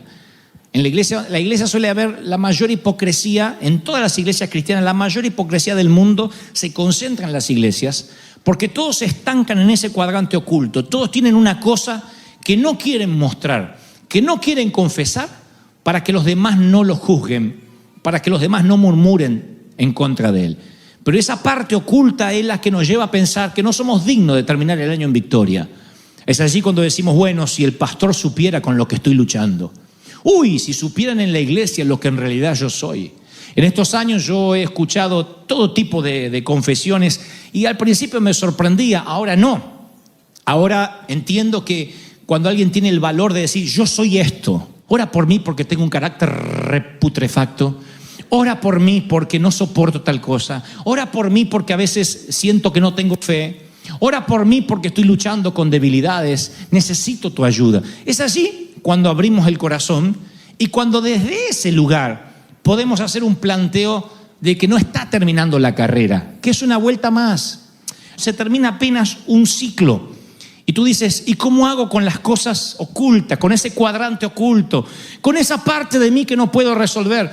Alguna vez yo les conté aquella maravillosa historia que aparece en los evangelios, que aparecen los romanos y van a prender a Jesús para llevarlo a la cruz. Ninguno de los discípulos defiende al maestro, excepto Pedro. Pedro saca una espada y le corta la oreja al criado del sumo sacerdote, literalmente se la rebana. Saca una espada y hace y hay que tener puntería para rebanar la oreja. O tenía las orejas como el Hobbit o tenía buena puntería, pero le rebana la oreja a Malco, que era el criado de un sumo sacerdote. Y a ver, no le quitemos seriedad al asunto, porque esto es algo que se resuelve rápido y el Señor le pegó la oreja, ya está. No, nadie le corta la oreja al criado de un político, del sumo sacerdote, sin meterse en el mundo de las demandas legales o sin ir preso mínimamente por intento de asesinato. Pedro era algo que lo iba a perseguir de por vida y cada fin de año que llegara iba a decir, ay, pero le corté la oreja al tipo este. Ahora me llegó otra demanda más, dice que no escuche. ¿Cómo va a escuchar si le cortaste la oreja? Bueno, pero dice que quedó tuerto de oído. Dice, no puede oír. No se puede poner arete, no le quedan bien las patillas. Es un problema lo que tienen. Le hubiese caído una demanda legal detrás de la otra. Pero lo que ocurre ahí tiene que ver con lo que Dios quiere hacer contigo antes que termine el año. Todos conocen la historia. El Señor toma la oreja del criado del sumo sacerdote y se la vuelve a colocar y se la pega y hace así. Y como quien le quita un poco de cemento que sobra, le quita así la sangre y le dice, ya está, listo. Y el tipo tiene la oreja pegada otra vez. ¿Qué estaba haciendo Jesús, además de sanar la oreja recién rebanada del criado del sumo sacerdote? Algo que se nos escapa. ¿Qué estaba haciendo Jesús? Estaba destruyendo la evidencia en contra de Pedro. Se terminó la evidencia que iba a encontrar a Pedro culpable de intento de asesinato o de violencia orejil. Yo imagino a Malco iniciando una demanda contra Pedro. Señor juez, este hombre así como lo ve, que se hace mucho el predicador, que con sus hombres sana enfermo, me cortó la oreja. Y el juez dice, a ver, muéstrame la oreja. ¿Cuál oreja le cortó? No, ahora las tengo bien. Lo siento, no veo ninguna anomalía en su oreja, cerrado el caso por falta de evidencias. ¿Es eso lo que hizo Jesucristo en la cruz para que este año cierre el caso por falta de evidencia? No hay oreja cortada, no hay nada que te culpe. Por eso el Espíritu Santo me dice que este mensaje va para alguien. No importa con lo que estés luchando, no importa cuál sea tu última fortaleza, la cual todavía a esta altura del año no pudiste atravesar. El Señor me dice que hoy Él, así como la oreja de Malco, Él va a restaurar las heridas, cerrar, va a coser tu evidencia para que cuando el enemigo te venga a acusar, le digas, ¿de qué me estás acusando? La sangre de Cristo me ha limpiado y me ha purificado otra vez. ¿Cuánto nos recibe? Dígame amén. ¡Aleluya! Y entonces, mis queridos, ¿de qué se trata esto? ¿De qué se trata terminar el año? Insisto, se trata de comprender que terminó una vuelta, que no terminó la carrera. Eso nos va a poner en perspectiva, nos va a ubicar en tiempo y espacio de dónde debemos estar, que no terminó todavía la batalla. Hace muchos años había muchas maravillas y señales entre los seguidores de Jesús. Y dice la Biblia que cada día había más predicadores que se añadían en gran número, sanaban a los enfermos en las calles, venían de las ciudades vecinas trayendo atormentados, endemoniados, y eran sanados, ya no por los 12 o por los 11, sino que eran sanados, dice el libro de los Hechos, por otra gente que no había estado con Jesús, pero que esta palabra o lo que el Señor había dicho estaba en ellos y operaba a través de ellos. Entonces hizo un concilio para ver cómo podían detener a esta gente, qué podían hacer. Metieron a algunos de estos predicadores en la cárcel, entre los que estaban algunos de los discípulos. El ángel va y los libera, les abre las puertas de la cárcel y los deja libres, y al otro día estaban predicando otra vez. Y se reúne el Sanedrín y dice: mire, hemos hallado que las cárceles están abiertas de modo sobrenatural, que los que ponemos en las cárceles escapan, los mandan a llamar y le dicen: dejen de predicar, que están trastornando la ciudad. Los discípulos contestan, discípulos que habían seguido a Jesús y otros que se habían unido a último momento, contestan: mire, nosotros obedecemos a Dios, no a los hombres. Y el Dios que levantó a Jesús, que ustedes mataron colgando de un madero, este Dios es el que nos envía a predicar. Y no saben qué hacer, el Sanedrín no sabe qué decirles, cómo parar a esta turba, cómo detener a gente que tiene poder de Dios, que la resurrección de Cristo está en ellos, que el Señor opera milagros a través de ellos. No saben cómo pararlo y están en una discusión. Y allí aparece un hombre muy sabio, se llama Gamaliel, que es un fariseo, maestro de la ley, respetado por todo el pueblo. Se pone de pie y les dice: muchachos, tenía autoridad para que todo el mundo lo escuche, lógicamente. Muchachos, tened cuidado con lo que están haciendo, porque se levantan muchos. Se levantó un tal Teudas, había como 400 tipos que lo seguían, y hoy ¿dónde está? Desapareció el tal Teudas. Fue muerto y fueron dispersados los que lo seguían. Después se levantó otro que se llamaba Judas. ¿Se acuerdan? Judas de Galilea. Pero había mucha gente que lo seguía y hoy los buscamos y no están más. Así que les voy a decir algo, dice Gamaliel, en una magnífica exposición. Dice lo siguiente: yo les digo una cosa, muchachos, dejen a estos hombres en paz, porque si estos hombres están haciendo cosas de hombres, se van a diluir, va a perecer, como se diluyeron los demás. Pero si esto es de Dios, va a permanecer y no lo van a poder parar. Así que les aconsejo, no se metan más con esta gente, porque a veces se encuentran que están resistiendo o peleando contra Dios. Me parece una exposición extraordinaria para traerla hoy a fin de año. ¿De qué se trata la vida? De una vuelta y otra vuelta y otra vuelta en una gran maratón que dura días. Cada día das una vuelta, cada semana es otra, cada mes es otra, cada año es una vuelta más de una maratón de resistencia donde el enemigo va a querer pararte muchas veces, va a querer acusarte muchas veces que le cortaste la oreja a alguien, va a querer acusarte muchas veces que tu vida no está bien para que Dios te bendiga, pero tienes que recordar lo que Gamaliel le dijo al Sanedrín: si Dios me redimió, si Dios compró mi vida con precio de sangre, podré algún día estar abajo, otro día estar arriba, un día estar con cara de 6 de la tarde, otro día con cara de 3 de la tarde, algún día estaré con el carácter putrefacto y otro día feliz, pero siempre, si Dios está conmigo, voy a permanecer y voy a dar otra vuelta y otra vuelta y otra vuelta. Lo que es de Dios no se puede parar. ¿Cuántos lo reciben? Dígame amén. Permanece. Permanece. Y la manera en que te manejes ante las situaciones difíciles va a determinar los parámetros de permanencia, de longevidad en tu vida. Permanecer. Qué lindo es que después de muchos años, la vida, el Señor, quizás nos separe y a ustedes los lleve por algún lado, a mí por otro, y volvamos a escuchar uno del otro y yo sepa que todavía permaneces. No hay nada que me alegre más el corazón que encontrar compañeros de milicia, muchachos que se criaron conmigo en la escuela dominical y permanecen. Están más viejos, más gordos, más pelones que yo, pero permanecen. Permanecen, son fieles. Y le digo: ¿qué estás haciendo? Y ahí estoy. Y me dicen: ¿sabes qué? Me divorcié. Oh. ¿Y qué pasó? Aún así no me fui de la iglesia. Aunque mi matrimonio estaba irremediablemente roto, no me despegué del Señor. No tengo la familia que quise tener, pero sabes, no me he alejado del Señor. Permanece. Alguien le quiso decir: con tu divorcio se terminó tu carrera. No, es una vuelta, una vuelta. Otro dice: sabes, tuve cáncer. ¿Y qué pasó? Y mira, el cáncer se llevó mi cabello, pero no se pudo llevar mi esperanza.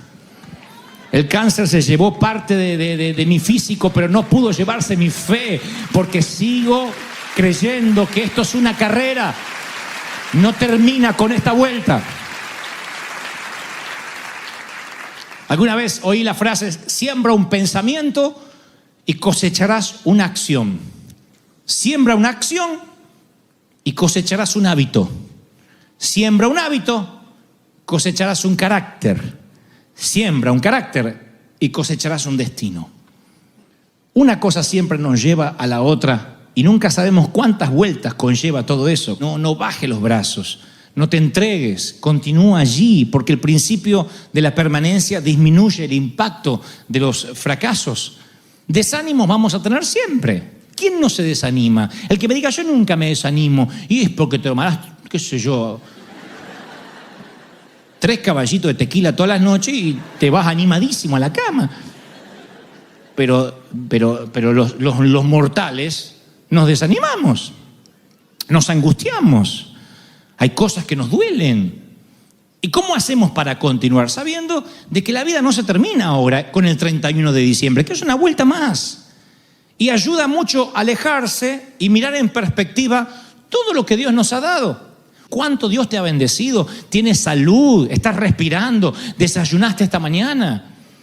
Dormiste medianamente calientito, no tuviste frío. Significa de que Dios te ha dado mucho más de lo que otros hoy carecen. Y eso significa que estás dando una vuelta más en la vida, que no tienes que sentirte mal por desanimarte. El gran tema es estancarte en el desánimo, quedarte a vivir, acampar en derredor del desánimo. Decir: no, yo estoy angustiado, no voy a poder salir de acá. Y acampar en la angustia. Siempre que acampes en la angustia, vas a cosechar una depresión. Y la depresión te va a tirar a la cama y te va a robar los sueños. Y cuando llegue un fin de año, vas a estar triste por todos los que no tienes, por lo que no lograste, por lo que te falta, en lugar de agradecer por lo que sí Dios te dio, por lo que ya tienes, por lo que Dios ya te proveyó. Pero si te estancas en el desánimo, es allí donde se instala la depresión, el dolor, la angustia. Tienes que levantar campamento y decir: no me puedo dar el lujo de quedarme desanimado. Yo he hablado muchas veces con viudas, flamantes viudas, mujeres que acaban de enterrar a su marido y que quieren acampar en el desánimo con razón. Y sin embargo le digo: no, mami, no puedes bajar los brazos porque tienes chicos, porque tienes nenes que merecen una mamá que los envíe al colegio, que les siga haciendo la comida, que les explique que la muerte es parte de la vida, pero no te estanques, ya no condenes a 3, 4 chiquitos al olvido, al dolor, simplemente porque alguien partió a la eternidad antes de tiempo o antes de lo que pensabas. Entonces trato de que no acampen en el desánimo. Y esto es en todos los órdenes de la vida. No tiene que haber muerte en la ecuación para que estés desanimado. Pero ese desánimo a veces no te deja ver todo lo demás. Y mi pregunta es: ¿qué es un día, 2, un año, 2, cuando lo aprecias a la luz de 40, 50 años de permanencia? Lo que dijo Gamaliel: permanecer, no entregarse. El secreto tuyo es que el 31 de diciembre del 2016 estés aquí, si Dios no te lleva a otra ciudad. Que si Cristo no viene antes, el 31 de diciembre de 2033 estés aquí, más joven, más viejo, más achacado, más joven yo, eso quise decir, porque yo voy cada vez más me voy achicando, pero la vida es así. La vida es saber que vamos a permanecer, que vamos a perdurar hasta que Cristo venga, y que a veces las vueltas son más difíciles que las otras. A veces corres con el segundo aliento, a veces corres con el corazón, a veces se te terminan las piernas, pero tienes que terminar la carrera bien cuando Dios diga que termina tu carrera. Tu carrera todavía no terminó. Muchachos, a los más jovencitos que están aquí, permanezcan. No dejen estudios a medio terminar, aunque odien las matemáticas o odien química o algún género demoníacos de esos, de los nuevos de ahora, que no sé cuáles son. Yo odiaba muchas de esas cosas. Pero cuando uno llega a cierta edad, se arrepiente por todo aquello, por esa falta de permanencia, por esa falta de estabilidad. No dejen cosas sin terminar. Yo sé que hay momentos que dicen: no quiero saber nada, pero no dejen carreras a medio terminar, no dejen empleos a medio terminar, relaciones afectivas por la mitad. Cuiden la salud. Recuerden que la sanidad divina es un regalo, la salud es una recompensa de cuidarse. Dios te da sanidad divina y después te dice: cuídala. Y uno tiene que comer bien, hacer ejercicios, ser saludable. Si estás excedido de peso y no es un problema que te excede, como puede ser un problema de tiroides o un problema de hormonas, si es realmente porque te gusta abrir la boca y comer lo que esté a tu paso, dile, no, tengo que cuidar el templo del Espíritu Santo, porque algunos de ustedes son muy jóvenes y cuando de pronto les toque partir antes de tiempo, prematuramente, habrán abortado un plan de Dios. Y ahí sí, habrán terminado la carrera en una de las vueltas. Todavía no había que terminar la carrera. Se apresuraron y se fueron más allá. No todos los que mueren es voluntad del Señor. Él habrá sabido por qué se los llevó. Eso siempre decían en todos los funerales cuando yo era chico. Resulta que agarra el auto a todo lo que da, maneja por encima del exceso de velocidad, se revienta en la ruta. ¿Por qué Dios se lo habrá llevado? Dios dice, ¿por qué me dicen a mí si él le apretaba el acelerador? O los tíos que se morían, ¿quién sabe por qué Dios los llamó? Porque había un tío que era muy cómico, ¿no? Y hacía muchos chistes y decían, es que a Dios le faltaba humor allá arriba, por eso se llevó al tío para que le cuente chistes. Se lo llevó porque comía como un condenado. Por eso se murió. Y hay que ver si llegó allá arriba. Porque lo que comía también lo lubricaba, así que capaz que fue para abajo. Entonces Dios dice, tienes que cuidar lo que te he regalado. No dejen cosas por la mitad en términos intelectuales. Digan, el año que viene propónganse decir, voy a terminar el libro que empiece. Cuando empiece, hay gente que empieza 3 páginas del libro y dice, no, me aburrió. Leí un poquito al final. No, lean, terminen, empiecen y tengan una dieta de lectura y digan, voy a terminar. No se propongan, voy a orar 1 hora diaria, porque esas son las cosas que nos agarran a fin de año. 1 hora diaria todos los días y después no aguantas nada y te frustra. A los 3 minutos se te acabaron las palabras. Entonces tienes que decir, Señor, yo te prometo 5 minutos todos los días.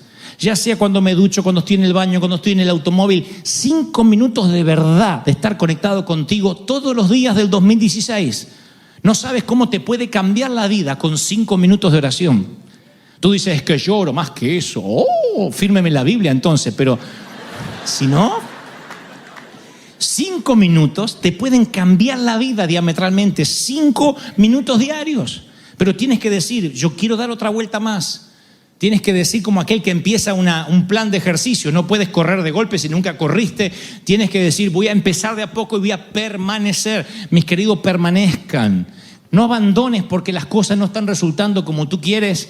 Porque el secreto es permanecer, perdurar, aun cuando hay nubes, cuando llueve, cuando hay días grises. No todos los días pueden ser soleados, pero tú no sabes qué traerá la marea mañana, así que permanece, porque mañana va a amanecer otra vez. Y esa oportunidad, eso que estás esperando, puede venir de la noche a la mañana y tienes que estar allí, en el mismo lugar que Dios te encuentre permaneciendo. ¿Reciben esta palabra, sí o no? El Señor me dijo, dile a mis hijos de que en todas las cosas que ellos toquen, que ellos emprendan, hay una promesa de abundancia, hay fertilidad en tus sueños. En lo que toques va a fructificar y la abundancia será tal que va a necesitar espacio para ser contenida. Pero que muchos de ustedes no iban a poder recibir esta palabra porque están diciendo, es que yo le corté la oreja a alguien. Están atrapados en ese cuadrante oculto del pecado, de lo que no pueden resolver. El Señor me ha dicho que te diga, yo he cosido, he borrado la evidencia. Ahora alégrate porque te voy a bendecir. Yo he cosido la evidencia. Lo que te acusaban se les va a volver en contra. ¿Cuántos lo reciben? Dígame amén. ¡Aleluya! En los negocios, en el hogar, en la finanza, a nivel sentimental, espiritual, familiar, financiero. Esto no es una palabra profética, no es una sugerencia, ni siquiera una promesa, no es una esperanza. Es una orden del verbo imperativo. Iglesia, ensancha el sitio de tu tienda. Y nada puede crecer si no ensanchas la mente. Es una orden para construir, ¿qué? El mundo de las emociones. El Señor me dijo, dile a mi pueblo que empiece a celebrar del lado correcto, aun cuando el mar todavía no se abrió, cuando el río todavía no se abrió, aún antes de que pase el milagro, empieza a celebrar. No esperes que el milagro ocurra, empieza a celebrar antes. Le dice a la estéril, esta orden vino a una Israel que estaba exiliada en Babilonia, a un Israel que estaba apesadumbrado, triste. Viene una orden al mundo de las emociones. Muchos dicen, Dios no se mete con las emociones. Sin embargo, le dice, alégrate, da gritos de júbilo. Le está diciendo, aunque no veas nada, aunque no sientas la lluvia, empieza a celebrar de que te voy a bendecir y que la otra vuelta, la del 2016, será mejor que la primera. Y no voy a dejar que abandones. ¡Wow! No voy a dejar que te rindas. Te voy a bendecir, dice Dios. ¿Están recibiendo esta palabra, sí o no? Regocíjate, da una alegría desbordante. ¿Cuántos dan un grito de júbilo? Regocíjate. ¡Wow! River Church es un río que no se detendrá jamás.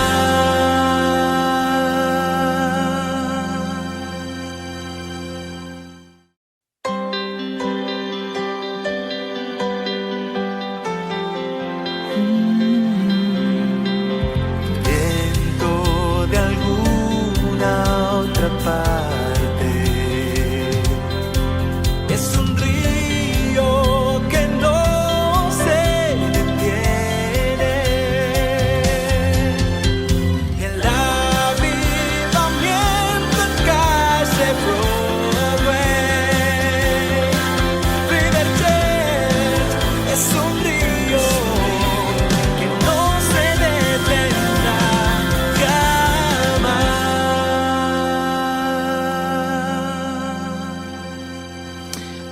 Mis amados, el Señor me hablaba ayer a través de un salmo sencillo que está semioculto, como si fuese una gema semiescondida, insisto, entre las minas de riquezas bíblicas, donde el Señor decía una y otra vez, dile a mi pueblo, dile a mis hijos que no me limiten. Cuando uno dice no limites a Dios, en términos teológicos o escriturales, se nos ocurre pensar, nadie puede limitar a Dios. Dios es ilimitado, todopoderoso, omnisciente, omnipresente, omnipotente, está en todos lados, todo lo sabe, tiene todo el poder. Sin embargo, el Señor me decía una y otra vez, diles que no me limiten. No está hablando que el Señor necesita tu permiso para hacer algo, pero sí hay cosas que Él no puede hacer en tu vida y se limita la bendición que Él tiene para ti a causa de nuestra incredulidad, a causa de no creer lo que Él podría hacer en nosotros. Cuando no entendemos que nosotros somos los que limitamos a Dios, nosotros somos los que le ponemos límites al poder de Dios, es como que le dejamos toda la responsabilidad a Dios. Por ejemplo, no nos levantamos, ni nos movemos, ni nos molestamos en ir a trabajar. Y si nos morimos de hambre y no prosperamos, decimos, bueno, se vea que Dios quiere que yo experimente pobreza para enseñarme humildad. Yo vengo de esas congregaciones donde había hermanos que eran vagos. Y uno le decía, ¿por qué no vas a trabajar? No sé, Dios tal vez quiere que viva por fe. No era vivir por fe, era vivir de vagancia. No quería trabajar, no quería esforzarse. Pero él decía como que Dios no le permitía trabajar. Otros decían, si Dios quiere que toque la música, Él va a hacer que yo la toque. Y le decíamos, pero ¿por qué no vas a una academia? ¿Por qué no te consigues un profesor? No, porque si es de Dios que toque, Él me puede dar el talento por la noche mientras duermo. O Dios no es poderoso para hacerlo. El resultado ya se lo imaginan, nunca pudo tocar decentemente. Y cuando agarraba el instrumento decían, pobrecito, déjalo que viva el pobre instrumento, porque lo torturaba, no lo tocaba. En ese orden de cosas uno puede enfrentar la vida pensando que todo depende de Dios, que uno no tiene que hacer nada. Bueno, si Dios quiere voy a tener un buen año. Si Dios quiere me va a abrir puertas. Si Dios quiere me voy a casar. No podemos decir, si Dios quiere Él me la va a mandar a la mujer o al hombre. Porque Dios quiere. Hay un libro de principios que dice que si no tienes el don de continencia, es mejor que te busques a alguien para casarte. Pero no dice, tranquilo, tú te quedas en tu casa y yo te la mando, cae por la chimenea durante la Navidad. No dice eso.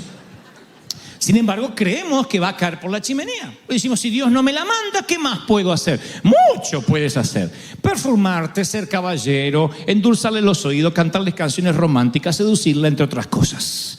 Todo eso no deja fuera a Dios, porque Dios quiere que te cases. ¿Me explico lo que trato de decir, sí o no? Entonces, hay una unilateralidad de pensar en una teología que si algo malo pasa, es culpa de Dios.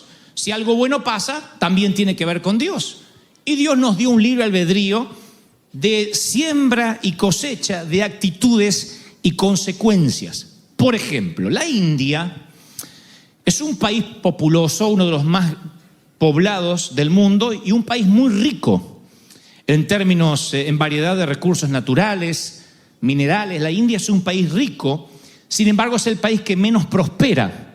El índice de pobreza cada vez es mayor y no es por la economía, sino por sus creencias, por lo que la India cree, por lo que los hindúes creen. Hay gente que se muere de hambre mientras que la carne anda caminando por las calles. Ellos no tocan a las vacas porque consideran que son seres superiores reencarnados. Y entonces uno puede estar inclusive en las iglesias, en los lugares públicos, en un mercado, y las vacas se pasean, los toros, pero ellos comen carne de menor calidad como perros o cabras, porque dicen que esos son seres inferiores reencarnados, pero no tocan a las vacas. Y el sistema religioso los limita. También creen que cada uno nace en un sistema de casta determinado. Que hay gente que, por ejemplo, nace en una familia pobre y no tiene que hacer nada para cambiar su pobreza. Si trata de hacer algo, intenta hacer algo para cambiar su bienestar personal, podría reencarnarse en el futuro en un insecto, en una hormiga, por no haber aceptado la casta social que les tocó. Esas son algunas de las creencias de los hindúes, y ese sistema de creencias empobreció la nación. La nación es rica, tiene carne vacuna, por ejemplo, pero ellos consideran, insisto, que la vaca posee en su cuerpo cerca de 300 dioses, además de poder ser la reencarnación de la abuela. 300 dioses. Y es increíble verlos como ejemplos, como un país tan rico, de pronto vive pobre porque su mente no les permite acceder a lo que tienen a mano. América Latina es muy similar. Entonces, cuando uno piensa qué es lo que ha sumido en la pobreza a nuestros países, uno inmediatamente empieza a culpar a los gobernadores, a los gobernantes. Y decimos, si sube alguien que quita la pobreza, pero a veces la pobreza está enquistada en la forma de pensar, desde el gobernante hasta el ciudadano.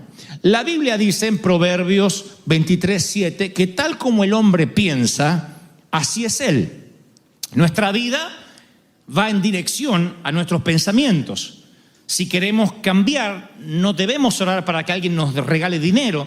La solución es cambiar los límites, la forma de pensar en nuestra mente, porque cuando la mente, como los hindúes o como ciertos países nuestros de donde venimos, está signada, enquistada en la pobreza, aunque estemos rodeados de riqueza, no vamos a poder experimentar lo que Dios tiene. Yo provengo de una iglesia muy legalista en términos doctrinales, a tal punto que si alguien decía, quiero ser abogado, pero vas a tener que defender delincuentes. Así que la abogacía estaba signada a que no podía entrar a la iglesia. Quiero ser arquitecto, ¿para qué? Para construir casas que después se las va a quedar el anticristo. Así que tampoco arquitecto. Quiero ser médico, que no confía en el poder de Dios, que tiene que ser un matasanos.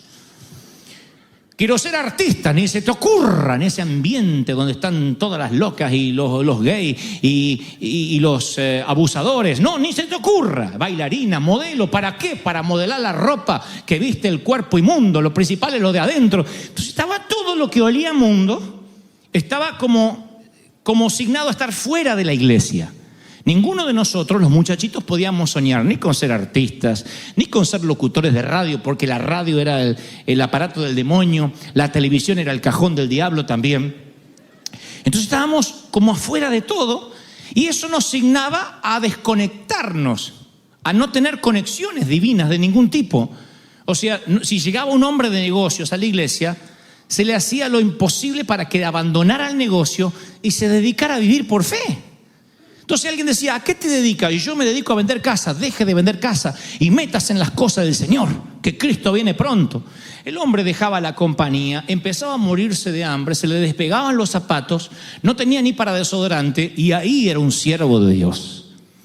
Fíjense que estábamos rodeados de riquezas, pero la creencia hacía que las vacas anduvieran entre nosotros y nos muramos de hambre. Entonces lo peor que nos puede pasar es comenzar este año con una mente cerrada a lo que Dios quiere darte, y que cuando llegues al final de tu vida, los años altos, Dios te diga, yo puse a tu disposición en talentos, en conexiones, en gente que se acercó a ti, todo todo para que te vaya bien, pero lo desperdiciaste. Pero nunca supiste verlo porque creías que todo era mundo, que todo era pecado, que eso no era de Dios. Y Dios dice, tienes que ampliar la mente, porque tal como piensas es como va a ser tu vida. Hasta ahí, ¿cuántos dicen amén? No limites a Dios. Dice la palabra, porque yo sé los planes que tengo para ti, declara el Señor.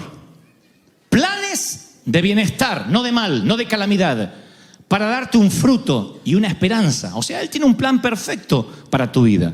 No importa si tu llegada al mundo fue prevista por tus padres o no. Dios dice, yo tengo un plan perfecto y no quiero que vivas por debajo del estándar que yo preparé para ti. Pero anoche, o ayer a la tarde, mientras que yo escribía este sermón, el Señor me mostraba el Salmo 78, 41, en una versión que dice, y el pueblo de Israel volvía y tentaba a Dios y ponían límite al Santo de Israel. Era el mismo pueblo que de algún modo limitó a Dios y por eso dio vueltas 40 años por el desierto, cuando quizá en 20 días o en un mes pudo haber llegado a la tierra prometida. No dice, yo no tenía poder para liberarlos, dice, ellos me ponían límite. Si cuando llegas a esta fecha, principios de año, tú dices, bueno, todo lo que logré es porque me esforcé, porque tengo talento, porque trabajé, porque estudié, y dejas fuera de tu ecuación a Dios, significa que has limitado a Dios, no has tenido una vida sobrenatural. Y si no tienes una vida sobrenatural, alguien tiene que decirte que tienes una vida superficial. No hay una tercera vida.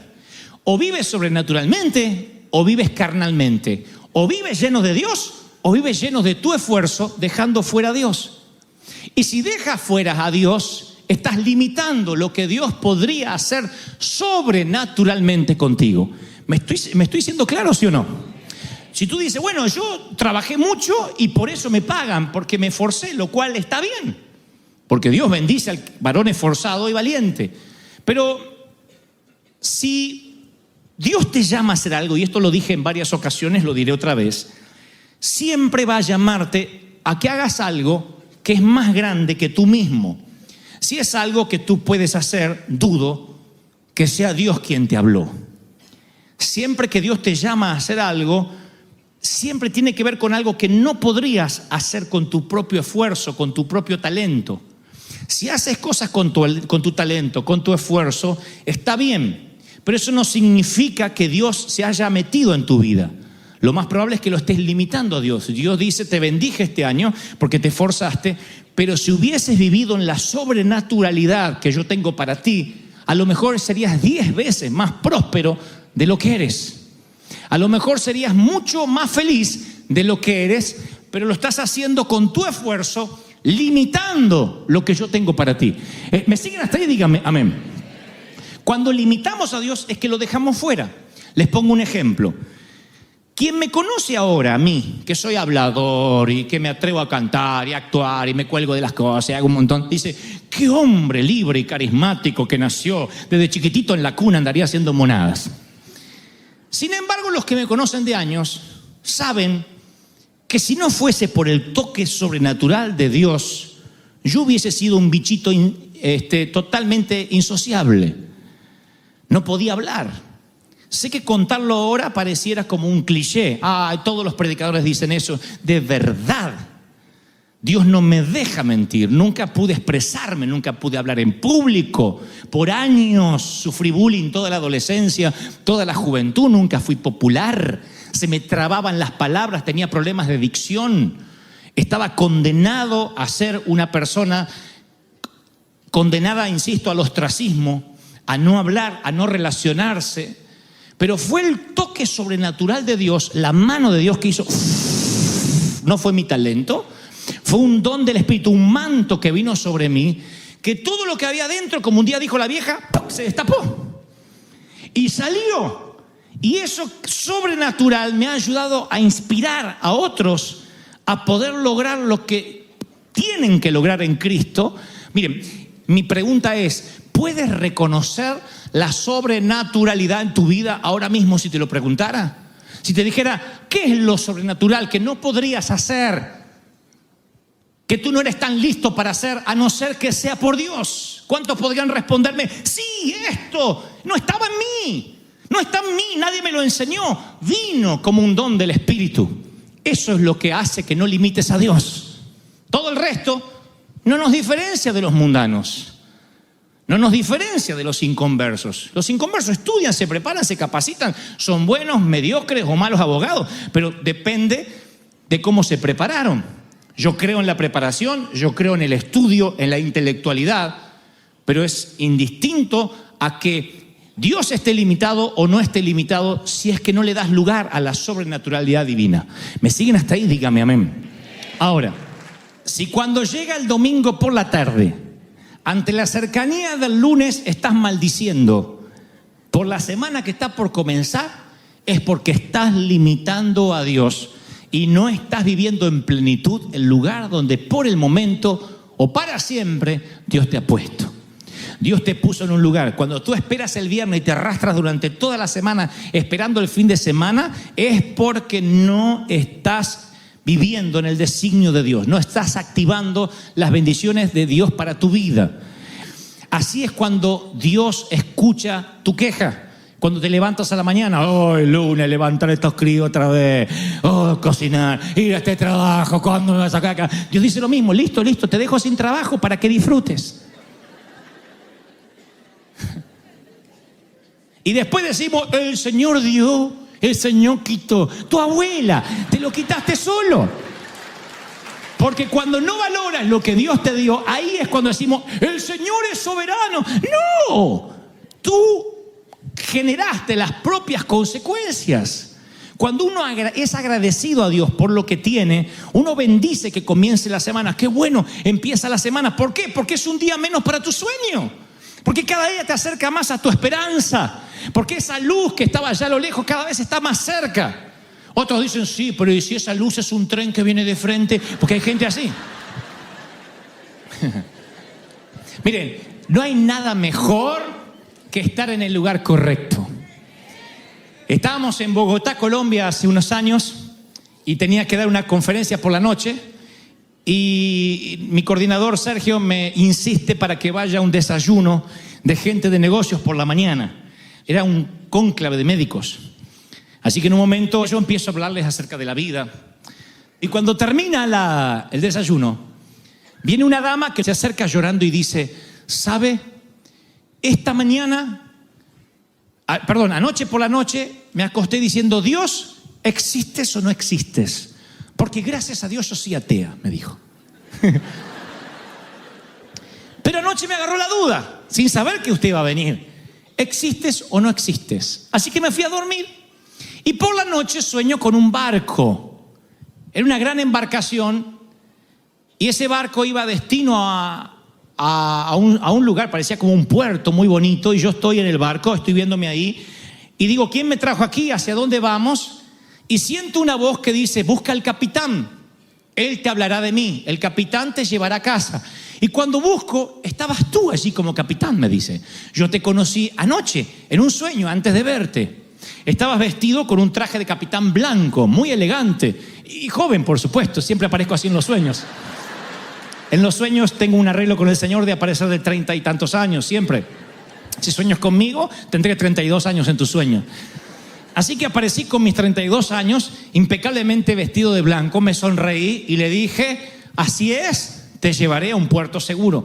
Y ella me dijo algo como, dice en el sueño, que me dijo algo, pero tú me llevarás a conocer a Dios. Oh, por supuesto, yo llevo mucha gente hacia Él. Así que ella se despertó diciendo, ¿quién es ese muchacho maravilloso que vi en el sueño? Y luego me ve personalmente y se choquea la mujer y ella estuvo llorando durante todo el desayuno. Y yo tuve la sensación tan grande de paz. No hay mejor sensación que pude haber abortado ese desayuno y no ir. Sin embargo, no hay mejor sensación de saber que Dios arregló una cita para que gente como esa mujer conociera a Dios y yo estaba en el lugar correcto, a la hora indicada, en el sitio oportuno. Ahí es cuando yo sentía que ni siquiera un desayuno deja fuera a Dios. Cuando uno no limita a Dios, vives la sobrenaturalidad de Dios. Y Dios te pone en sitios, en lugares para que gente conozca a Dios a través de ti, porque te pone sobrenaturalmente en tiempo, en espacio, y eres su capitán.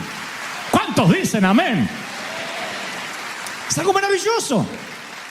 Ahora, cuando uno limita a Dios y saca a Dios de la vida, uno inmediatamente se siente fuera de las grandes ligas del Señor. Y Dios dice, yo no quiero que te quedes fuera de lo maravilloso, porque pensamientos de bien tengo para ti, no de mal. Anoten esto para el Twitter. Muchos no permiten que Dios interfiera en lo que ellos creen. Muchos no permiten que Dios interfiera en lo que ellos creen. Y como los hindúes decimos, la vaca es la abuela encarnada y no la comemos. Y baja Dios y dice, cómete un buen churrasco que tu abuela está conmigo. Y tú dices, no, porque cuando como la carne y el chorizo siento que la abuela gime. No, la abuela está conmigo. Y no queremos. Nos cerramos. Y cuando nos cerramos, no nos diferenciamos en nada al inconverso. Es lo que creemos y lo que creemos y lo que creemos. Si algunos los arrestaran por ser cristianos, no habría suficiente evidencia para sentenciarlos. Si te arrestaran por ser cristiano, no habría suficiente evidencia sobrenatural para sentenciarte. Diría, vaya nomás, vaya, usted no se diferencia nada al vecino de al lado. Usted es tan incrédulo como el de al lado. No, pero yo voy a la iglesia. Sí, pero usted no tiene nada sobrenatural. Y la Biblia dice, te pondrá el Señor a la cabeza y no a la cola. Solo estarás encima y no debajo. Si escuchas los mandamientos de tu Dios que te ordeno hoy para que lo guardes cuidadosamente, Deuteronomio 28:13. No dice que no vas a tener malas circunstancias. Dice, aquí vas a estar por encima de las circunstancias. Por encima de la vida natural. ¿Cuántos quieren una vida sobrenatural? Dígame amén. No limites a Dios. Dios dice, estás viviendo pobre porque me estás limitando. Vives infeliz porque me estás limitando. He aquí pensamientos de bien tengo para ti y no de mal. ¿Alguien atrapa esta palabra? Dígame amén. El pensamiento hispano a veces nos limita. Y Dios me dice, tu mente hace que la vaca se pasee y me estés pidiendo carne. Tu mente no va a permitir que mis hijos vivan la prosperidad. Aquí de la cantera mía cortaré las piedras que sostendrán el ministerio, las cruzadas, las misiones. Por eso vamos a misionar.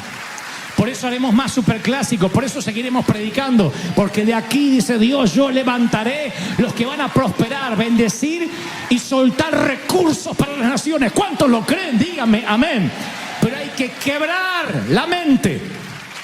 Por eso Dios dice, cuando más niño eres, más te puede usar. Porque el niño cree todo. Si a mis hijos, a mi hijita Megan, a nuestra hijita le decimos que puede volar, es capaz de tratar de tirarse de un edificio porque papá se lo dijo. Cuando somos grandes empezamos a razonar. Decimos, no, ¿y qué de la ley de gravedad? Sin embargo, cuando más niño eres, más le crees al Señor. Por eso Dios pudo levantarnos a nosotros a los 20 años para llenar estadios, porque le creíamos todo a Dios. Sin dinero, sin apoyo, qué sé yo. Si Dios es conmigo, Dios y yo mayoría. Y si Dios es conmigo, ¿quién contra nosotros? No razonaba como el común de la gente.